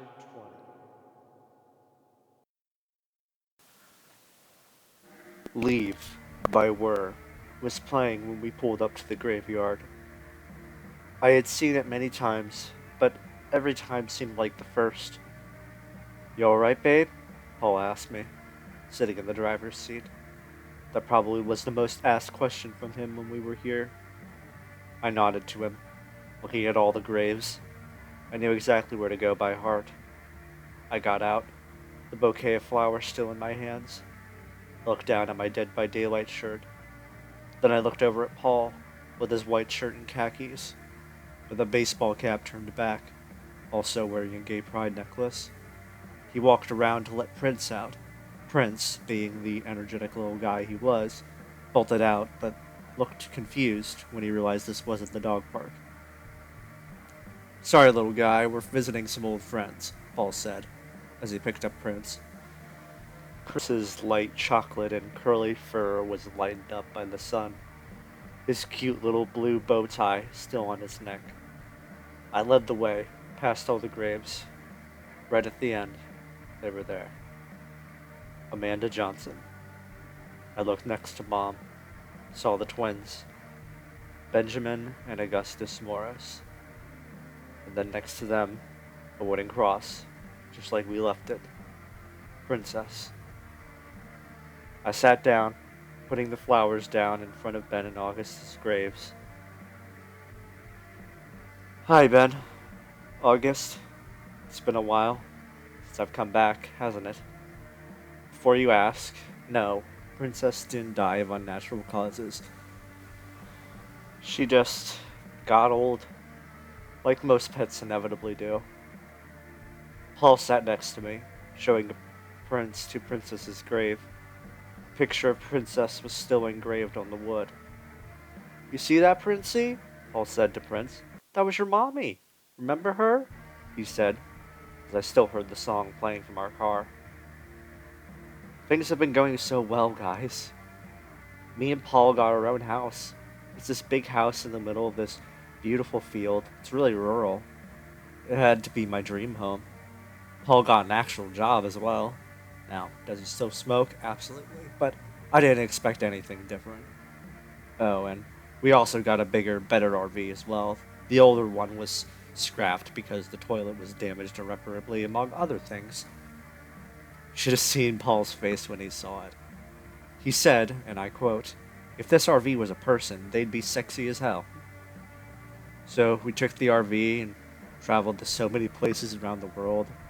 Prince was included. Oh, yeah, Prince. We got Prince when Princess was still around. You should have seen it. Princess loved Prince so much. It was adorable. I know, Princess showing affection might sound insane, but a lot really has changed. I decided to become an author. I guess that's why I've been writing all this from your perspective. It's a way to reflect, I guess. I heard the song change in our car. Through the Trees by Low Shoulder. A single tear went down my face. I'm sorry. I promised I wouldn't cry. Maybe I shouldn't keep a promise like that. It's just, I miss you both. A lot. Even years after what happened had happened, I still look around sometimes, expecting to see you both there, and then remembering you're gone. You're not coming back. Even when I was on my first date with Paul, I could still see you both in my mind's eye, sitting at the empty table. August saying, "Crazy how Mason has more game than you." I still dream about you both every now and then, about all the fun we used to have. At the first couple weeks, I would fantasize about things going better, about a situation that you both came out at the end with us. But I realize now that that's unrealistic. Truly, there was no way we could have done something, so you both were alive at the end. That's why Augustus did what he did, because he knew you both were them. If they all had to go, then you both had to go too. I've come to accept there will always just be a hole in my heart, where you both once were. And it will stay there for as long as I live, until one day, hopefully, when we meet again. Sorry, I'm rambling a bunch of sad shit, but it's the truth. Don't get me wrong, I'm really having a happy ending. I swear it. It just sucks that you both aren't a part of it. I just want you both to know that no matter what You both were. You were my big brothers. The ones I never had. And nothing will ever change that. Paul kissed my cheek. My head leaned on his shoulder. I miss them, I said. I know, babe, Paul responded. I do too. Ben, August, I love you both. Always and forever. Goodbye.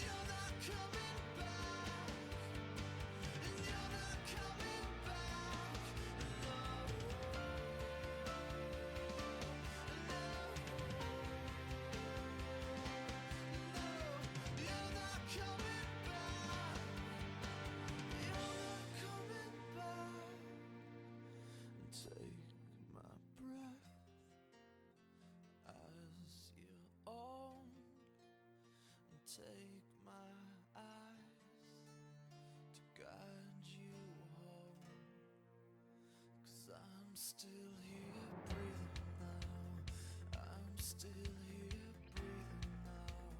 I'm still here.